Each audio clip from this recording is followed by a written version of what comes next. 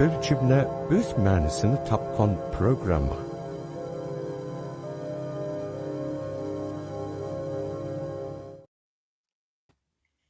Assalamu alaikum. Memtimin Ala Efendi. Yaxşımısınız? Yaxshi, va alaykum assalom. Men şunda qarayman programımızga hoş geldiniz. Assalamu alaikum, hürmetli görermen. Siz mi bu programga hoş geldiniz? Bugün biz Memtimin Ala Efendi'ni kütüp alımız, söhbetimizde. Mühminimiz, hemimizge tunuşluk. Şuna men artıkça tunuşturup oltamayman bu söhbette. Fakat Memtimin Ala'nınki qandaq qaraydiganligini, meseleге qandaq qaraydiganligiga qaraymiz. Muşu meningcha Memtimin Ala'ni bilishda kifoya qildi deb o'ylayman. Mayli e'tirof qilayli, mayli e'tirof qilmayli. Memtimin Ala Munqarz Sharqi Turkistonning Munqarz Sharqi Turkiston davlatining prezidenti. Endi Munqarz degan vaqtimizda bu yerda Munqarz so'zining Uyg'urcha ma'nosini balki hammamiz bilamiz. Qo'shivilingan degan ma'noda bo'ladi. Ya'ni bu davlat ayni vaqtida Manching imperiyasi tarafidan o'ziga, ya'ni Manching imperiyasi davlatiga qo'shivilingan bir davlat.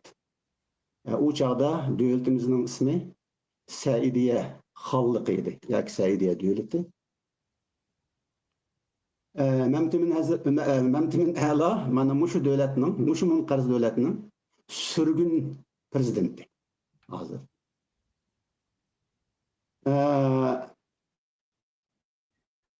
Sharqi Turkiston bizninki davlatimiz, vatanimiz sifatida elbette bizninki makonimiz, shundaqla bizning zamonimiz. Ayni vaqtida ya'ni bizninki Munqarz bo'lgan davlatimiz Saidiya xonligi yoki Saidiya davlati qurilishdan taxminan 12-13 yil burun vafot bo'lgan Uyg'urlarning bir mashhur shoiri o'tgan. U bo'lsa Alisher Navoiy. Alisher Navoiyning bir g'azalida mundaq bir beyti bor. Makan bilen zamandın sorma kim, yoklukta bar erdi. Makan yanılır zaman onda, zaman yanılır makan onda dedi. Bunun hem de Uygurçası, hazır zaman Uygurçası, makan bilen zamandın sorma, yoklukta bar idi. Makan kebi zaman onda, zaman kebi makan onda diyen bo'ldi. Alisher Navoiyning bu beytidan shuni ko'ra olamizki, oldi bilan Alisher Navoiy bu beytida boshqa beytlarga o'xshash, boshqa g'azallarga o'xshash yorni tasvirlaydi. Yar deganimiz bizning klassik shoirlarimizda umuman Allahni yar deb atagan. Allahni yar deb ataydi. Bu so'zmi odatda meningcha arab she'riyatidan va shundaqla fors she'riyatidan kirgan. Chunki Hallaj, Ibn Arabiga o'xshash arablarning mashhur shoirlari Allah'ni El-Habib deb ataydı. El-Habib degeni Arapçada söyümlük, yar degen gap. Parsçada mı? Şundaq ma'noda ataydı. Bunu Parsçadan mesela deylik Rumi'nin, Celaleddin Rumi'ninki şiirlerinde onu Dilber deb atagan yerleri var. Lekin onun İngilizce tercüme kılıngan vaqtida beloved, yani söyümlük, yar deb mundaq atagan. Şunga o'xshash bizning shoirlarimizmi, klassik shoirlarimiz Allah'ını yar deb atagan.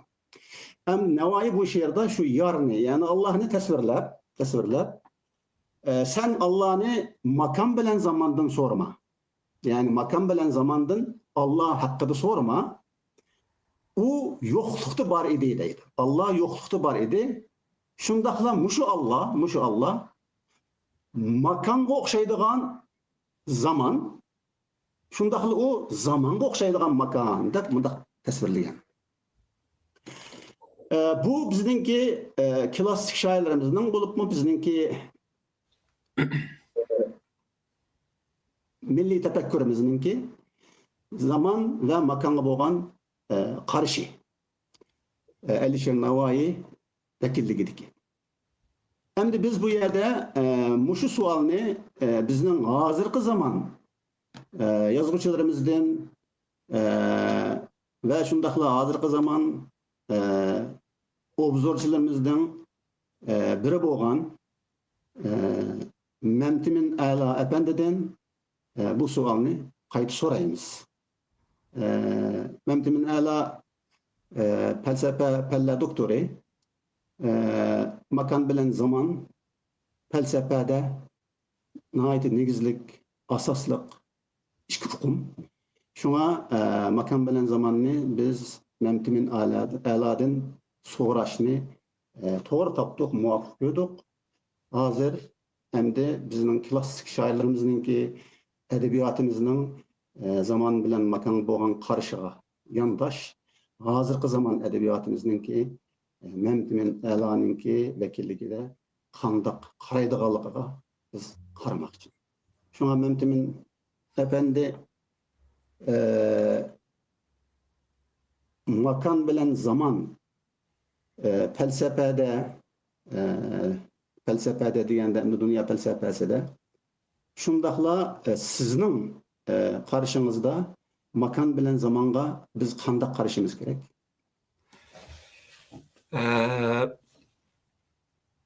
Alisher Navoiyninki aşu beyti bana g'arbdagi dastlabki filosoflarni biz bo'lgan Saint Augustine'ninki magibini eslatib o'tadi. Uningdagi men mangama davomliq. Ya'ni men vaqtning nima ekanligini bilaman-yu, ammo birsi mendan vaqtning nima ekanligini so'rsa, tilim shu hamon gap kelmay qoladi degan bir gapi bor. Alisher Navoiyninkida intayin qiziqdim men bu she'rni men uchratmabdi ekanman. Uchratsam diqqat qilmagan o'xshayman. Amaliyotda Alisher Navoiyninki yo'qlikdan, vaqtdan, makonninki ikkisini teng qilib elishi bir oldi bilan bir nihoyat bir hayron qolarlik bir ish. Chunki Saint Augustine vaqtni oladi, zamonni oladi, makonni olmaydi. Makon bilan zamonni teng ilish falsafadan ko'ra bu hozirgi zaman fizikasninki cho'ng bir utuqlarining birisi bo'libmi, shu Einsteinninki nisbiylik nazariyasining cho'ng bir utuqlarining birisi. Bu bir. İkincisi yokluk bilan barliq haqidagi qarshi.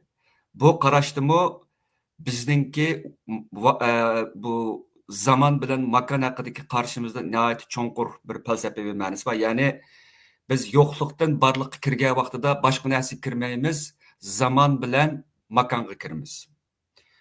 Yo'qlikda zaman bilan makon bo'lmaydi. Yoki mutlaq barliqda zaman bilan makon bo'lmaydi. Ya'ni mutlaq barliq desak, masalan, abay sizlarimiz Allah'ını tasvirlagan vaqtimizda yoki xristianlar o'zininki xudosini tasvirlagan vaqtida bir xudolik dillarda xudoni tasvirlagan vaqtda hammasi o'xshash bir o'rtoqlik, xudo makon bilan zamonning sirtida bo'ladi deyiladi. Chunki makon bilan zaman oldidan bir cheklama. Bizningki bir koordinatsiya nuqtasiga kirishimiz. Ya'ni bu dunyo makon bilan zamondan iborat bir koordinatsiya nuqtasidan tuzilgan bir makan zaman boşluğu bu. İkisi birleşip ketken. Alisher Navoiyninki a qarshi hozirgi zaman abay deganimda fizikistiki, ama Alisher Navoiyninki bu ikki hukmni falsafadagi gapingiz nihoyatda to'g'ri, eng buyuk hukmlarning birisi.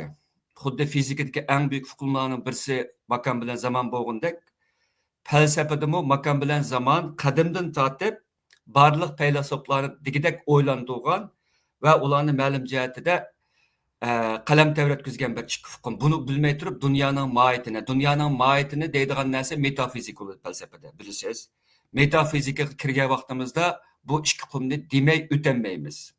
Din falsafasi kirgan vaqtimizda bu ikki hukmni demay yaratquchi bilan yaralg'uchi o'rtasidagi munosabatni so'zlayolmaydi. Falsafada u ilohiyatshunaslik to'g'risida to'xtalmayman degan, u boshqa bir tema. Shunga bu ikki hukmninki bizningki ulug' buzrukvar shoirimiz to'g'risida tilga ilinishi meni haqiqatan hayratga qoldirdi. Ham gapimni yig'sam, men uchun vaqt ichki tuyg'u. Makan tashqi tuyg'u bo'ldi. Makan 3 o'lchamlik bo'ldi. Zaman 1 o'lchamlik bo'ldi. Normalda. Endi yana shunday savollar bo'lishi mumkin. Nima uchun makan 3 o'lchamda bo'ladi? 3 o'lcham deganimiz yuqori tuvan, o'ng so'l, oldi orqa. Biz ma'lumotli o'rta maktabda astronomiyada biz 3 o'lchamlik bo'shliq shakllarninki qonuniyatlarini va munosabatni tadqiq qilamiz-ku. Geometriyada 2 o'lchamlikdan bo'ladi.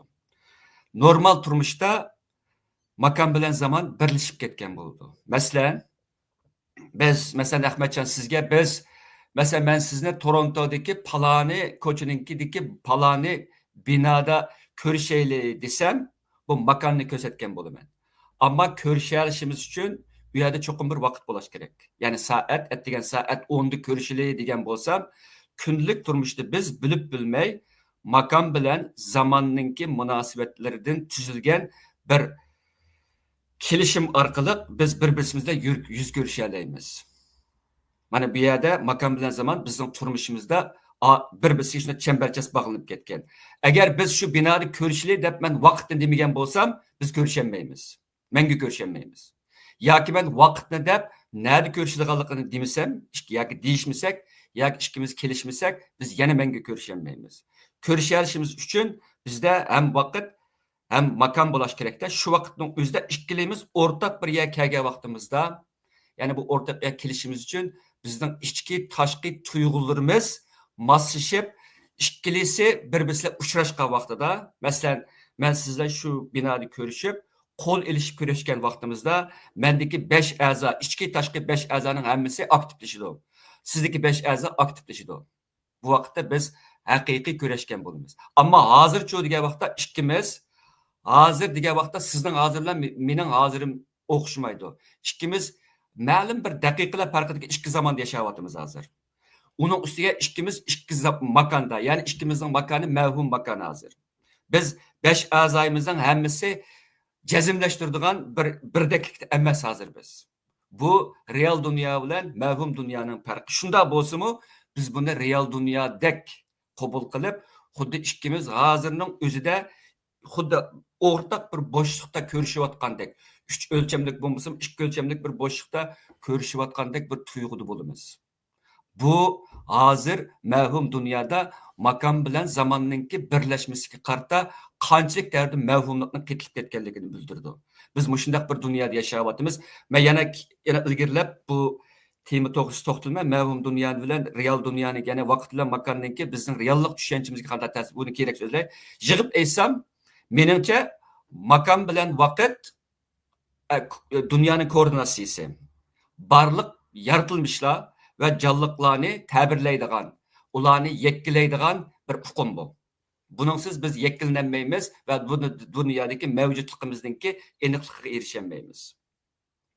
Ammo shuning bilan bir vaqt o'zida shuning bilan bir vaqt o'zida bu hukm bizni ham hozirgi dunyoda mavhum reallik degan ishlatmay, mavhum xarakterimiz sifatimizningki muhim bir alomatlar bo'lib qilib, bizning an'anaviy makon va zamon tushunchamiz yangi vaqtning o'zida belgilik o'zgarishlarni boshdan kechiradi. Hozir so'zim tugadi. Bu Uyg'ur tiliga qarasak, masalan, Uyg'ur tilining aloyligi. Masalan, biz makonni ve zamanni o'xshash bir kelish qo'shimchasi bilan ishlatamiz. Mesela keliş koşumçusu, nima keliş koşumçusu deyimli, orun keliş koşumçusu, da. Mesela da, orun keliş koşumçusu Uygur tilida. Bu hem makanni, hem zamanni bildiradi. O'xshashlik, birla vaqtda. Mesela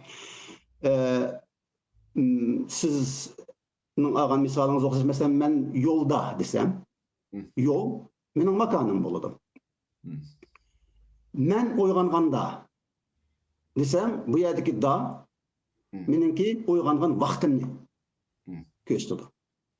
Shunga Uyg'ur tilidami hatto shu qo'shimcha, ya'ni o'rin kelish qo'shimchasi, asli u hem o'rin kelish qo'shimchasi, hem zaman kelish qo'shimchasi bo'la oladi degan gap. Ya'ni zaman bilan makonni bizning Uyg'ur tilidami shu qo'shimcha, da degan qo'shimchasi shu bir qo'shimcha ishlatildi. Ya'ni shu birlashtiruvdi degan gapda. Endi siz abay deb o'tdingiz, masalan, makonninki üç o'lcham bo'ladiganligini, lekin zamonni siz bir o'lcham bo'ladi dedingiz. Umuman qilib aytgan vaqtida Uyg'urlarninki tasavvurida Uyg'urlar makonni ikki o'lchamlik tasavvur qiladi. Masalan, bir yapaloqning ustida deb bundaq tasavvur qiladi. Shunga Uyg'urlarning makon tushunchasi, Uyg'urlarning degan vaqtida men Alisher Navoiydek Uyg'urlarnikini gapini qilmayapman. Albatta Alisher Navoiyninki zaman bilan makon tushunchasini deb o'tdik. Nimamo, namtimin alamo buni sharhlab o'tdi. Bu xuddi Einsteinning space time, makon zaman bilan o'xshash bir tushuncha. Ikkining birligi. Mesela kainatni Einstein makon zaman deb ataydi, space time deb ataydi kainatni. Nimamo Alisher Navoiymo Allah'ni makon zaman ikkining birligi deb ataydi. Endi Allah'ni deganda bu yerki barliqni deymiz. Çünkü Alisher Navoiyninki tefekkürüdimi Allah barliq bilan yo'qlikning birligi. Shunga u yerda yo'qlik bor. Uni keyingi suhbatlarda vaqtlarda deyishamiz. Endi mening demoqchi bo'lganim Uyg'urlarning engidagi makon tasavvuri yoki tushunchasi u ikki o'lchamlik bo'ladi. Yapaloqning ustida. Shunga Uyg'urlar makon degan vaqtida uch o'lchamni tasavvur qilolmaydi. Uch o'lchamni tasavvur qilolmaydi. Ya'ni uch o'lcham deganda space, bo'shliqni. Ya'ni shar, simon. Bo'shliqni tasavvur qilolmaydi. Mushu meningcha mushu tasavvur Uyg'urlarning hozirgi vaqtdagi Uyg'urlarningki asosan makonni tasavvur qilib ketanmasligi yoki tushunib ketanmasligidagi bir sababmikin deb o'ylayman. Chunki bu tushuncha makonni bo'shliq bilan ayiradi. Yani makon tushunchasini bo'shliq tushunchasi bilan ayiradi. Sizningcha mushu tushuncha yoki mushu tasavvur Uyg'urlarning mushu tasavvuri makonni uch o'lchamlik makondan ko'ra bakarak asli sifatida ifodalamdi yoki bu bir xillikqa qaymoqishmi makon haqidagi tushunchada? Meningcha bir normal bir insonda mayli Uyg'ur bo'lsin, Uyg'ur bo'lmasin, odatda uch o'lchamlik bir nima bo'ladi. Tuyg'u bo'ladi. Agar bunda bo'lmasa, dunyoni biz tushunolmay qolamiz. Masalan, mana shu nimaninki Kantninki makon bilan zaman bo'lib o'nishga bir mohiyatlik bir hukm bor Kant uchun. Bu Aristoteldan kelgan o'nish hukm bu. Bu o'nish hukm tajribadan ustun turdi. Ya'ni bularning deganida makon bilan zamanni tajribaga tayanib turib turlab chiqarg'ili bo'lmaydi bu hukmni. Bu bizga berilgan bo'ladi. Kallamizga allburun berilgan bo'ladi. Bizningki tecrübi dünyayımızdan yoki makon va zamondan tuzilgan bu fiziklik dunyayımızdan halqib ketgan, bizdan tug'ma keladigan bir ikki hukm. Andan bu hukm bizningki barliq sezgi a'zolarimiz orqali erishgan uchurlarningki tushunilishi, his qilinishi, tuyg'ulanishi, idroklanishi va ularningki bilinish uchun eng asosli taglik rolni o'ynaydi deydi. Mesela siz tilga algan da qo'shimchasida da ta'da haqiqatan Uyg'urlarda bir xil masalan men soat 3da ta deganda 3ning ustida turman degandek bir barliq 3ning yoki bir sonninki yoki bir vaqtning bir birligininki ustidagi bir xil bar bo'lmoqqa holatini ko'rsatadi. Buningda Yo'lda degan vaqtda shundoq ama yo'lda deganda mesela. yo'lda degandekda bu ikkilisida bir xil bir nimaning ustida bo'lash bar bo'lmoq bir nimaning ustida bar bo'lmoq tub kelimasini tushundeksa buning uchun endi bizningki shu vaqt va zamon haqidagi dastlabki teglik tushunchamiz buningga rol o'ynaydi. Uyushtirdi shu nimamizda. Bu jihatdan ilk etgan vaqtda haqiqatan yomon yaxshi bir bayqash bo'ldi yoki kuzatish bo'ldi sizniki. Bu haqiqatan Uyg'urlarda o'xshash bir qo'shimcha. Shuning bilan bir vaqtda hamda yana boshqa qo'shimchalar bor. Masalan, İngilizlardimi 3 xil cho'ng qo'shimcha bor, zamonni qilyapti. 10 deymiz masalan, at deymiz masalan, in deymiz. Ya'ni ustida, da, ta'da va ichida degan gapda. Bizda hamma nima bor? Masalan, uyning ichida deymiz, qatorliqlarda. Bu bizmi zamonni 3 xil shaklda, 3 xil o'lchamli shaklda tushunamiz deb qaraymiz. Hamda vaqtga kelgan vaqtimizda bu o'xshab ketmaydi. Vaqtninki sel o'xshab ketmaydi. Vaqtninki garchi men bir-birlik yoki bir yo'nalishlik o'tmishdan kelgusiga mangadigan shaklda deganim bilan, ammo qalbimizda yana bir vaqt bor. Fiziklik vaqt boshqa, qalbdagi vaqt boshqa. Qalbimizda chu degan vaqtida, masalan biz o'tmish, hozir va kelgusida iborat 3 vaqtdan bo'lgini o'ylagan vaqtimizda buningki nurg'unlagan qalayimqanchiqlarni bayqaymiz. Bu qalayimqanchiqning eng buyukini biz adabiyotda, masalan Ahmadjon Ang eqim yazgıçılarının əsərlərində görürüz. Ang eqimini Uyg'urlarda kirgizib, uni sınaq qilib baqqan yazgıçılarımız bor. Masalan, Farad Tursun sınaq qilib baqqan buni.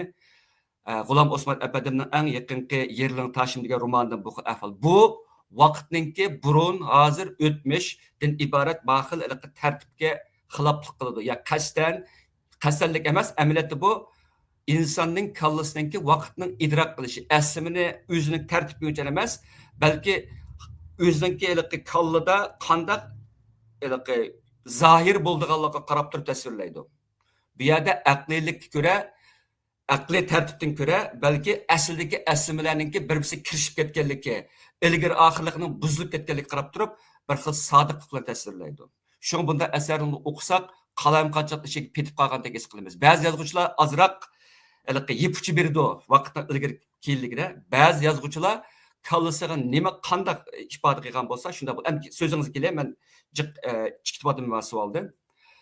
Meningcha Uyg'urlarningki makon tushanchisida 3 o'lchamlik nima bor, ammo uningki bak jiq yerlarda 2 o'lchamlik shaklda, ya'ni 3 o'lchamlikninki zohir bo'lish shaklida va uningki vaqtchanligi bilan birlashib ketgan 4 o'lchamlik shaklda murakkab bir shakl bo'ldi, ifodalanmasligi mumkin.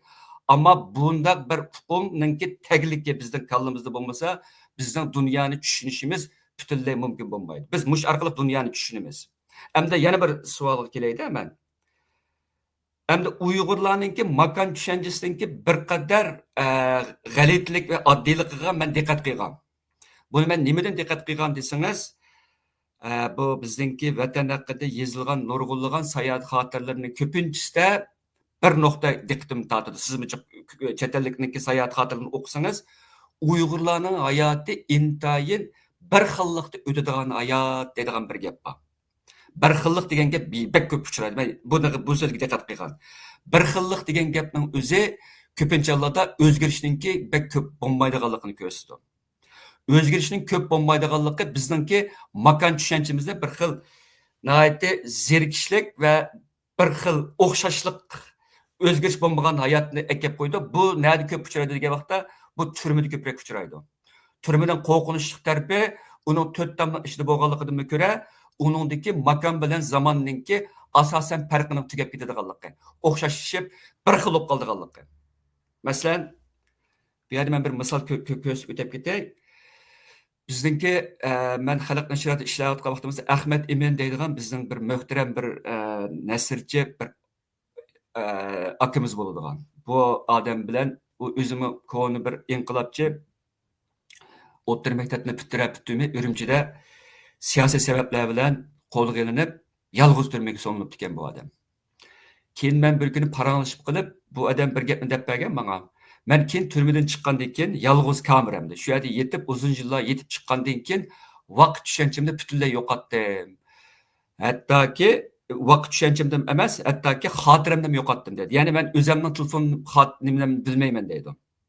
Telefonimni xotirlayolmayman dedi. Hammani yozib qo'yib turib xotirlamasa bo'lmaydi. Demak, bu yerda qo'rqinchli bir sarguzasht va bir tajriba bor. Ya'ni biz o'xshashlashtirilgan bir xil muhit yashab olsak, vaqtninki vaqt bilan makonninki o'zgarishchanligi. Masalan, vaqt o'zgardi-da, masalan, hozirdan kelgusiga mengib turgan narsa. Undan keyin biz beshimizni o'tkazgan narsa o'tmishga aylanib xotirimiz saqlanib qoldi. Kallamiz mush 3 xil vaqtning tartib orqali aslimalarni kallamizga tizidamda, tartib bo'yicha. Bu o'xshashlik bu xil tartibning tizilishiga ta'sir ko'rsatib, kallamizni qalamqonlashtirdi.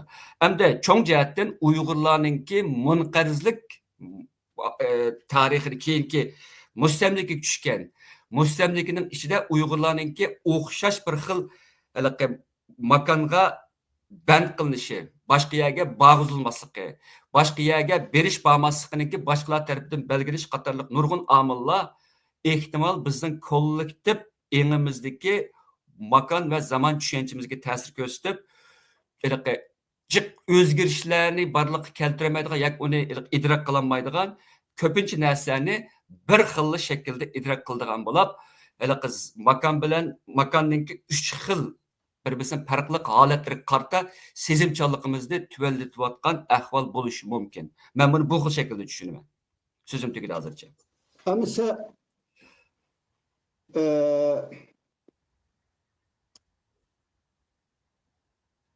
masalan şu ölçem makanning şu ölçemligi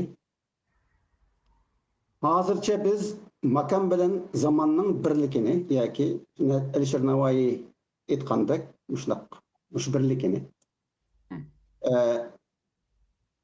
amaldan qoldirib turib makon bilan zamonni bir-biridan ayirib turib qaraylik. Oldi bilan makonga kelaylik. Makon siz bu deb o'tdingiz, men shunda qarayman, Alisher Navoiy shunda qaraydi ekan, hatto Alisher Navoiy uning zamonni qatib o'tadi ekan, enishtiga o'xshash, demak bu 4 o'lcham ekan hatto. Shunda bo'lgan vaqtida demak makon aqallisi shu o'lcham. Zamonni elib olsak, bo'lib tursak, qarasak, shu o'lcham. Bu shu o'lcham degan vaqtimizda siz deb o'tdingiz, bu biz Uyg'urlarning tili bilan aytsak, bu 6 taraf bo'ladi. 6 taraf. Siz mi dediniz boshlanishida, suhbatning boshlanishida oldi keyni, o'ng, so'l, ast, üst. Demak bu 6 taraf. Demak makon meni 6 tarafdan qorshab turadi degan gap. Ha. Yani makon meni 6 tarafdan o'rab turadi. Shunda bo'lganda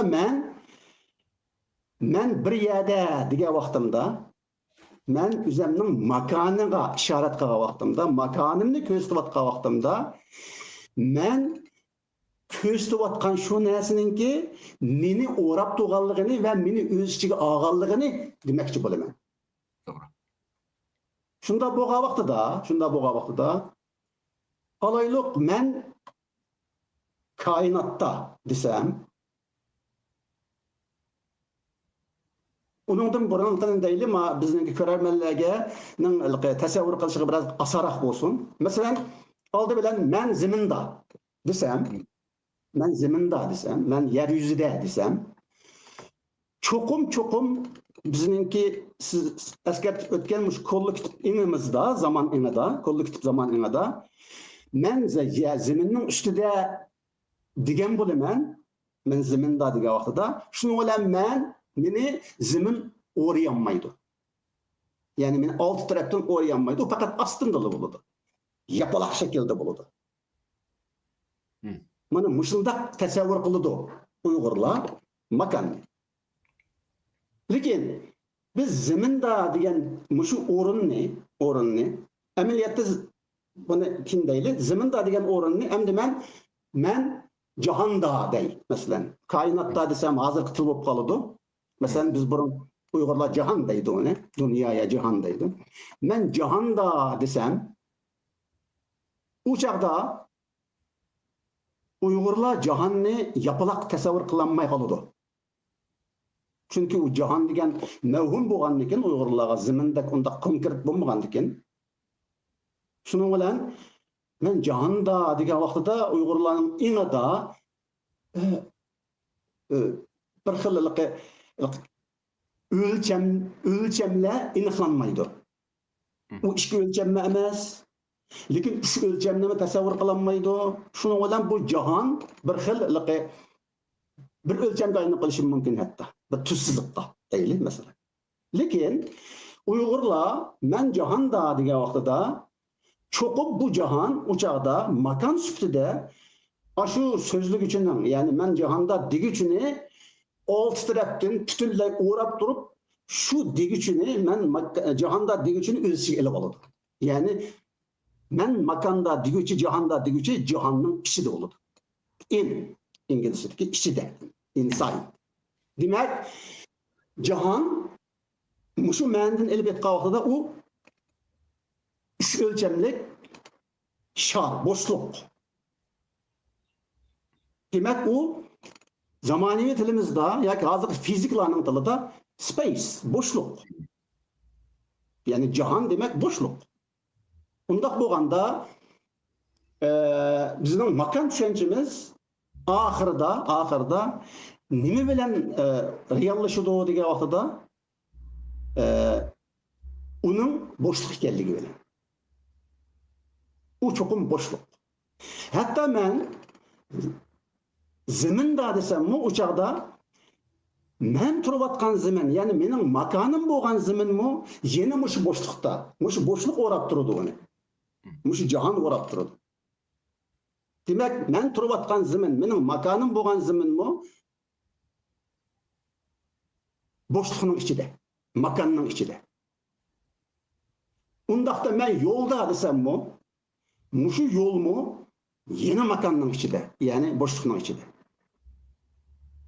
Men näde boluşumdan qat'i nazar, men özümninki o'rnini qandaq belgilashimdan qat'i nazar, men belgilagan aşı o'rinning yana oxirgi o'rni jahon bo'ladi, ya'ni boshliq bo'ladi, space degan gap bo'ladi.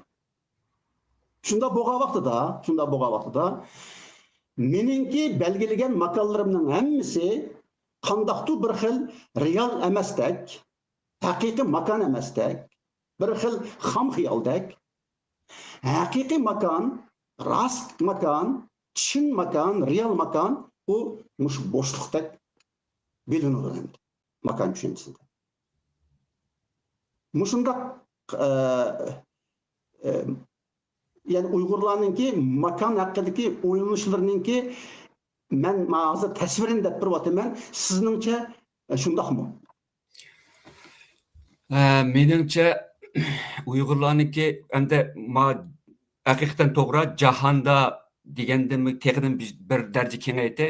Agar men koinotda degan vaqtimda bu vaqtda haqiqatan odamning kallasi koinotni tasavvur qilishga yetmay qoladi. Bu koinot masalan deyli bu Einsteinninki va boshqa fiziklarning o'ylagani koinotninki cheksiz emasligini bilmaymiz.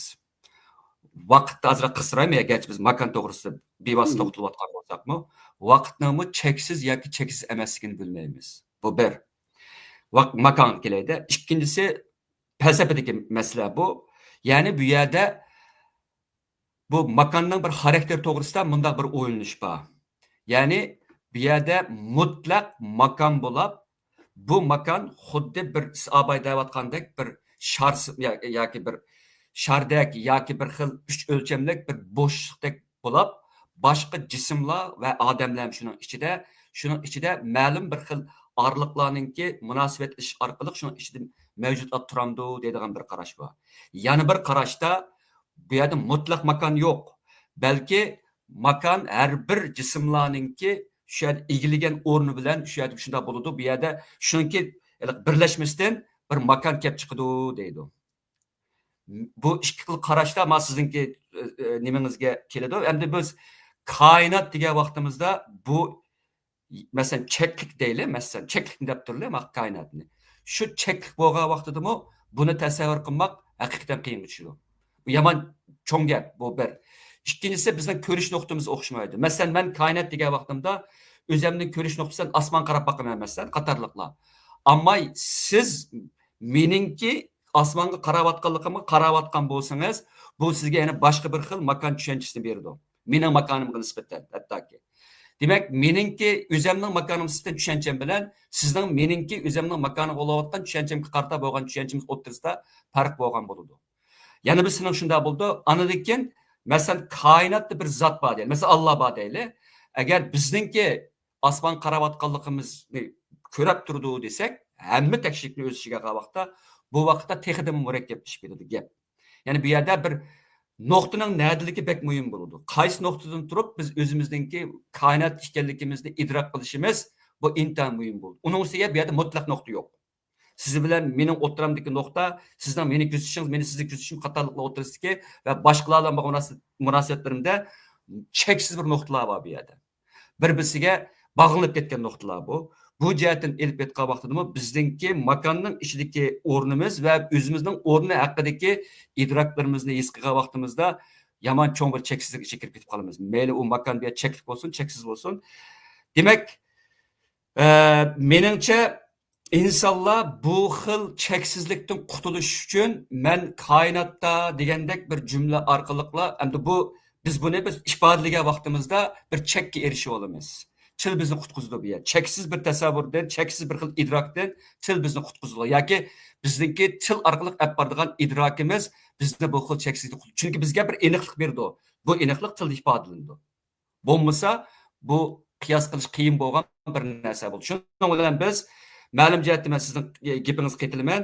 Ko'p hollarda koinot deganimizda uni oddiylashtirib va uni 3 o'lcham, hatto 4 o'lchamlik bo'lsa, vaqtni qatqa vaqtimizda normal inson bo'listimizda buni 2 o'lchamda tushunib, shuning bilan kifoyalanamiz. Bo'lmasa, bu normal bir insonningki, kallasiningki qudrati yetadigan bir ish emas bu. Ammo shunda bo'lsa-mu, agar bu yerda biz endi makon nuqtasini elib etgan vaqtida insonlar ko'pincha hollarda koinot buyuklikda nima qilmaydi, fikr qilmaymiz. Chunki bu ham kallani odir etadigan, ham bizga xirs qilgan narsa. Ko'pincha hollarda biz o'zimizningki kallamizni o'zimizning atrofidagi uyimizga, menayotgan yo'limizga yoki ishlayotgan yoki ketib ishib turayotgan bino qatorliq kichik nuqtalar, kichik bir bo'shliqlarga tikish orqali o'zimizningki realligimizningki aniqlik bilan menib turamiz. Ammo cheksizlik va abstraktlikdan ko'p hollarda kirishni xohlamaymiz. Ham insonning kallasimi ko'p hollarda o'zininki bevosita tajribasini ko'proq diqqat qiladi. Bevosita bo'lmagan tajribalarga biz diqqatimizni bermaymiz. Bu jihatda ilib etgan vaqtimi insonlarning tafakkuri oshqil shaklda qurilgan va tuzilgan bo'ladi. Uyg'urlarning buningdan mustasno emas. Meningcha ham Uyg'urlarmi rostimizni aytgan vaqtida makon va zamon haqidagi tadqiqotlar asosan bo'lmagan Uyg'urlardan. Mayli falsafiy jihatdan bo'lsin, ilmiy nuqtadan faqat biz hozirgi zamon fizikasini o'rgangan vaqtimizda bu nuqtaga uchrashimiz. Bo'lmasa, ko'pincha hollarda Uyg'ur til grammatikasida siz deb o'tib ketgandek, bu yerda kelish qo'shimchalari ko'pincha hollarda bizningki makon va zamon haqidagi o'rnimiz haqidagi tushunchalarimizni aniqlab berdi. Grammatikada, anadan grammatikadagi zamon tushunchasi. İngliz tilida masalan 12 zaman yoki 16 zaman deyli. Uyg'ur tilida buning hammani chiqarg'ili bo'ladi, lekin Uyg'ur tilida zaman tushunchasi u qadar aniqlik emas. Ingliz tiliga o'xshashda. Ingliz tilida buni qattiq ayiradi. Ammo Uyg'urlar hammani ayiradi. Uyg'ur til grammatikasi ishkillab kelsak buni chiqarg'ili bo'ladi. Ko'pincha hollarda bizga 3 zaman to'g'risida so'zlaymiz. Ko'pincha grammatika bilasiz. Demak bizda bizning grammatikamizni olsakmi, ko'pincha makon va zaman to'g'risida tushunchalarimiz bir qadar oddiy va bizningki kundalik turmush ehtiyojimizni chiqqidek shaklda bo'ladi. Bek murakkablikka biz kirib boqmagan. Endi bugungi temamizda modern fizikasdan sirt oldi biz ehtimol tunji qitim bu atalg'i haqida falsafiy va boshqa shaklda so'zlashyapmiz deb o'ylayman. Endi men sizningki zaman nima makon haqidagi mushu bergan ta'biringiz 3 o'lchamlik bo'ladi degan masala mening diqqatimni bek qattiq tortdi. Çünkü ben bir şair buluş kütüm bilen Ben kichigimdilla bu makan haqida o'ylangan, shoir bo'lish bitim bilan, ya'ni she'r havaskori bo'lish bitim bilan. Shu chaqlarda men rostini aytsam, dastlabki vaqtlarimda, balki u mening 13-14 yosh vaqtlarimda, 15 yosh vaqtlarimda, men zamonni, makonni haqiqatan ikki o'lchamda tasavvur qilardim. Yapaloq shaklda tasavvur qilardim. Çünkü makan degan mushu söz, Uyg'urchadagi makan degan mushu söz bana aşu ikki o'lchamdan ortiq mushu tasavvurni bermagan bana makan haqida. Makan degan so'zning o'zi. Amaliyotda bu makan degan so'z arabchadan kirgan. Arabchada bu makan deydi, makanni. Lekin nima bo'lishidan qat'iy nazar, 3 o'lcham bo'ladiganligi, makanning 3 o'lcham bo'ladiganligi, buni men keyincha anandan keyin uchrashdim mush makan tushunchasi to'g'risida. Hozir endi sizmi masalan makanning 3 o'lcham ekanligini eskartdingiz dastlabda suhbatimizning beshidilla. Bu meni bak ümitlendirib etdi. Nima deganda, sizni biladigan deganlik emas. Meni ümitlendirib etdi degan vaqtimda mushu zaman hukmi, makan tushunchasi ve onun 3 o'lchamlik ekanligi zamanni chiqarib o'tib tursa, 3 o'lchamlik ekanligi menimcha mushu bir negizlik bir masala deb o'ylayman Uyg'ur tilida makan tushunchasiga bo'lgan. Menimcha ko'rarmanlarning bu qarshimga qiltirganligini faraz qilaman. Endi biz makanni 3 o'lcham degan vaqtimizda bir oddiy shaklda dedik 6 taraf deb. Mush 6 taraf bo'lsa makan demak biz bir boshliqning ichida. Bu cho'qim endi. Cho'qim biz bir boshliqning ichida. Makanni shunday tasavvur qildik. Makanni shunday tushundik. Tushundik degan vaqtida biz endi falsafaviy til bilan yoki boshqa tafakkur tili bilan deymiz, lekin tasavvur qildik deganda bir she'riy til bilan deymiz-ku, she'rni tasavvur deb ataymiz biz endi. Lekin men tasavvurni bakarak tasavvurni bakarak nima deb o'ylayman? Ya'ni bakarak chin deb o'ylayman endi. Tasavvur degan so'zni. Shunga men tasavvurni ishlatib turay bu yerda. Kechiring, mumkin. Chunki tasavvur degan falsafaviy til emas, zaman va makon haqida. Shunda bo'lsa-mu men shuni ishlatib turay. Makonni 3 o'lchamda tasavvur qilgan vaqtimizda biz cho'qim bir boshliqning ichida bo'lamiz. İchida bo'lamiz. Yapaloq ikki o'lchamning ustida bo'lmaymiz. Shunda bo'lgan vaqtida bizning makonimiz mushu biz turayotgan bo'shliq bo'ladi. Biz turayotgan bo'shliq bo'ladi. Endi agar bizning makonimiz biz turayotgan bo'shliq bo'lsa, unda olsa bu bo'shliqning cheki bormi degan savol kelib chiqadi. Chunki bu bo'shliqning cheki bo'lsa, men turayotgan makonning cheki bo'lgan bo'ladi. Bu bo'shliqning cheki bo'lmasa, men turayotgan makonning cheki bo'lmaydi. Meningcha bizningki shu klassik shoirlarimiz Navoiy, Mashrab, Gumnam, masalan endi bular boshqa shoirlarni atamay, endi ularni biz Ozarbayjonliklar bizning u deydi, Nasimiy degandek masalan. Bu shoirlar asosan makonni cheksiz deb qaragan.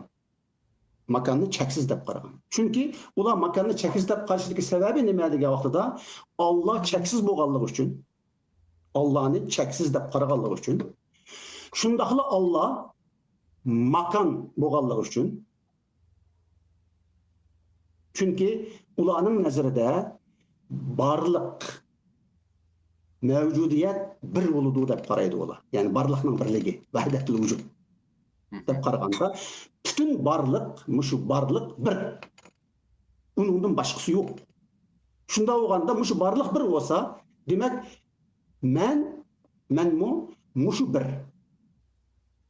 bütün mevcutliklar muş bir mevcudiyette degan gap ve muş bir mevcudiyetning o'zi degan gap. Shunda bo'lganda men turayotgan shu o'lchamlik makon cheksiz bo'lishi kerak. Cheksiz bo'lmasa, u chaqda men Allohni cheklab qo'ygan bo'laman. Chunki barliq bir emasmi? Undaqda mushu space, mushu bo'shliq bir degan gap. Bunun boshqasi bo'lmaydi degan gap. Mushu bo'shliq bir bo'lsa, bu cheksiz bo'lishi kerak. Bo'lmasa bir bo'lmaydi. Chunki bu bo'shliq cheksiz bo'lsa, uning yanida yana bir bo'shliq bo'lishi kerak, buni cheklab turgan. Yoki boshqa narsa. Ishqilib, boshqa mushu men turayotgan bo'shliqdan boshqasi bo'lishi kerak. Buning bilan men cheklik deya olmayman.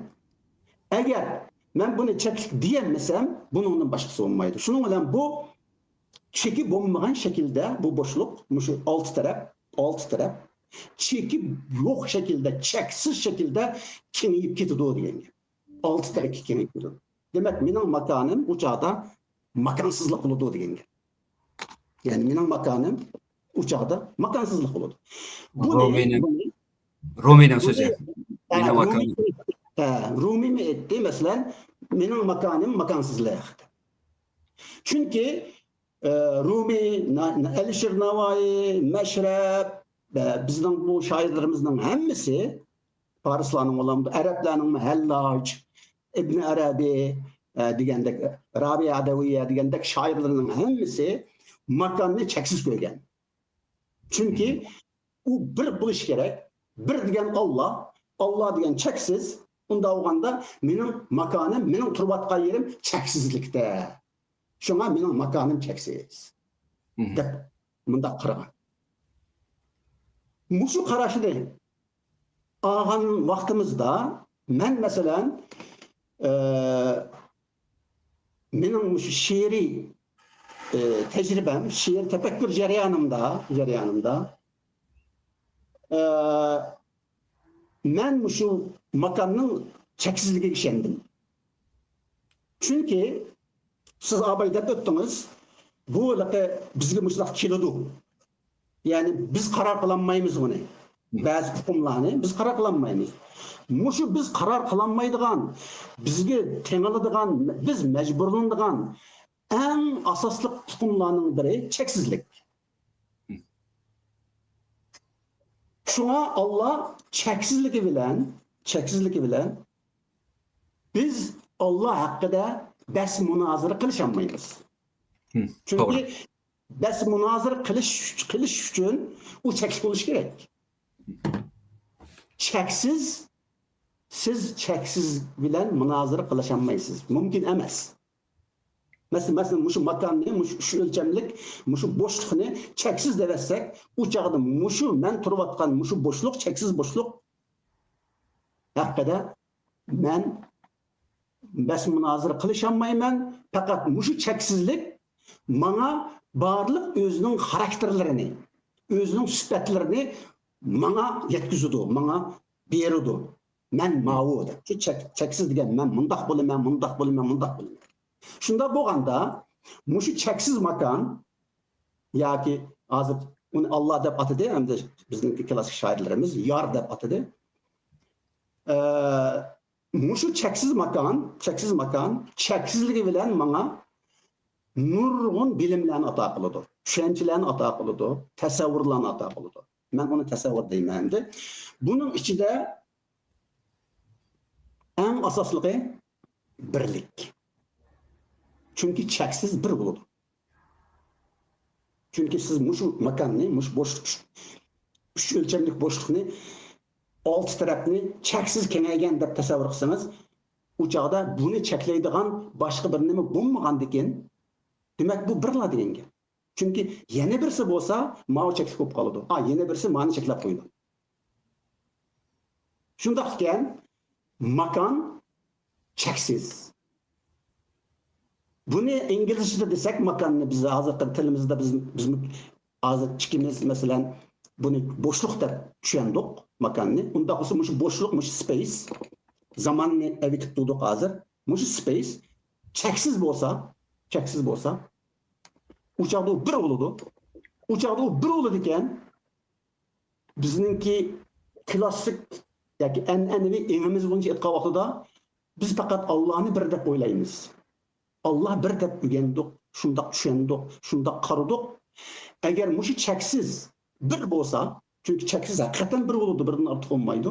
Undaqda u Alloh degan gap. Shu cheksiz Alloh degan gap. Şuna bizning shoirlarimiz, Alisher Navoiyga o'xshash shoirlarimiz bir misolni biz dastlabda bergan misolga o'xshash. Şuna Allah'ni mushu cheksizlikda ko'rib, mushu men turayotgan makon degani o'zininki makon, bu hem makon zamonga o'xshaydigan, bu hem zaman makonga o'xshaydigan, ikkisi bir. Bu mushu yo'qlikdagi borliq. Yani yo'qlikda bor edi. Deb anandan keyin uninki makon bilan zamondan sorma degani, endi sen mushu cheksizni tushunaman desang, tasavvur qilaman desang, bilaman desang, u cheksizni cheklik bo'lgan makondan yoki cheklik bo'lgan zamondan so'rab qolsang, uni tushunmaysan degan gapda bu endi. Shunda bo'lganda siz biroz burun aytgan makonning cheksiz emasligi yoki cheksizligiga tehi ilm fanmi yoki har qanday tarafninki tehi jazmlashtirmaganligini eskartib o'tdingiz. Hatta buni Einstein eskartdi. Masalan, Einsteinning bir so'zi bor, ikki narsa cheksiz deydi Einstein. Endi bu ikki narsa cheksizligini cheksizlik tushunchasiga xilof bir narsa, lekin bu yerda boshqa bir nima bo'lgandan bu qabul bo'ladi bu tushunchasi. İki cheksiz bor deydi Einstein. İki cheksiz bor. Biri koinot deydi. Biri koinot, ya'ni space time yoki makon zaman. Yana birisi insonning nodonligi deydi. İnsanın ki bilmesligi, nadalligi bilmesligi. Muş iki cheksiz vadeydi. Dep bulup ananınki birincisinden gumanlanma deydi. Yani kainatın cheksizligidan gumanlanma, lekin ikkinchisidan hergiz gumanlanmayma deydi. Yani insanın nadalligidan, bilmesligidan gumanlanmayma deydi. Shunda bo'lgan vaqtida biz Uyghur bo'lish sifatimiz bilan ve bizning medeniyetimiz, bizning kültürümüz asosan islom kültürü. İslamiyet'te Allah'ını cheksiz deydi. Lekin siz biraz burun eskatgandek Allah'ını mushu koinotning ichidagi bir yerda deb o'ylaydi. Tasavvur qiladi. Eğer Allah cheksiz bo'lsa, u qandaq mushu koinotning ichidagi bir yerda bo'ladi? U joqda cheksiz bo'lib qolmamdi. Demak, bu nimani bildirdigan vaqtda bizning Uyg'urlarning Allah'ning cheksizligini cheksiz deb turib, hem onu koinotning bir yerda deb tasavvur qilib, uni cheklab qo'yishining zidligini tushunmaydi degan gapda. Zidligini tushunmaydi. Bunun sebebi nima esa, mening nazarimda birdan bir cheksizlikni tushunmaslik. Cheksizlik tuqumini tushunmaslik. Endi demakchi o'g'lim, biz mushu kültürde, mushu madaniyatda yetildik. Mushu madaniyatga asosan, islom madaniyatiga asosan makonga qaradik. Shunda bo'lgan vaqtida çoğum bizning nazarimizda hatta makonni ikki o'lchamlik emas, uch o'lchamlikda tasavvur qilgan taqdirdami, tushungan taqdirdami, bu makon cho'qim cheklik bo'ladi. Cheksiz bo'lmaydi, cheksiz tushunmaymiz bizning bu kültürümüzde. Lekin Navoiyga o'xshash, Mashrabga o'xshash shoirlarimiz bu cheksizlikni tushunib ekan. Masalan, Mashrabningki men billa edim degan g'azali bor, dangliq g'azali. Hamda Farad bizning do'stimiz, aziz do'stimiz Farad Tursunmi, bilamsan men sen bilan billa degan she'ri bor. Nimanikigi tatbiqlab yozgan endi Meşrep'ninki bille idim diyen. Sen bilen bille idim, men bille idim diyen. Şunun da mesela Hazreti Adem bina bulgandı men bille idim. Hak Resul miracıga çıkkandı men bille idim. Hem de en asaslığı da muşlak dep gelip deydi. Erişinin kongresiydin koydum ayağım üstüge. La makandın cay elip men bu makanni ne kılayım diyen ava. Malqa bille idim emas ma ne kılay diyen gazeliga ötüp kettik hamda. Muşu gazalida ananiken erişinin kongresiydin koyup ayağım üstüge. La makandın cay elip men bu makanni ne kılay diyen bir beyti eskertildi endi. Buningdagi la makandın cay elip bu makanni ne kılay degeni la makan degan Arapçadagi la degeni siz degan gap siz. Yani ne? Makan degeni makansızlık, la makan degeni makansızlık ya olmasa ne deymiz? Cheksizlik. Çünkü makansızlıkның ma'nosi cheksizlik. Shunda bo'lganda men cheksizlikdan yoki makansızlıkdan o'rin aldım. Mening makonimning cheksiz ekanligini bildim. Men endi bu cheklik makonni nima qilaman? Bu cheklik makon degan yolg'on narsa bo'ladi demakchi endi. Shunda bo'lganda mushu bizning shoirlarimiz bizningki islom ilmimizdagi mushu makonning cheklikligini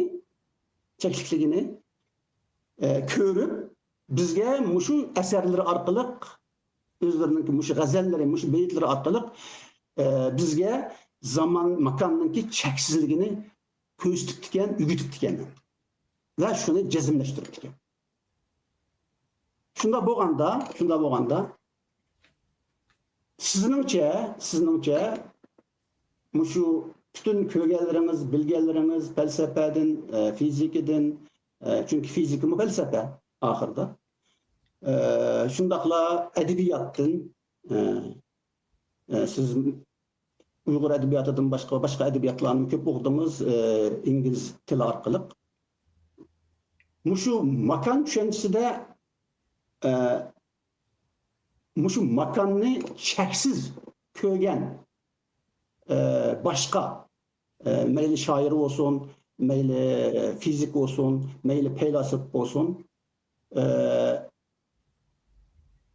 muşunda qarashdikilar qanchalik salmoqdadir. Mesela selishtirgan vaqtimizda makonning chekligiga. Ikki faylasufni tilg'alayman. Birsi Kant, yana birsi Heidegger.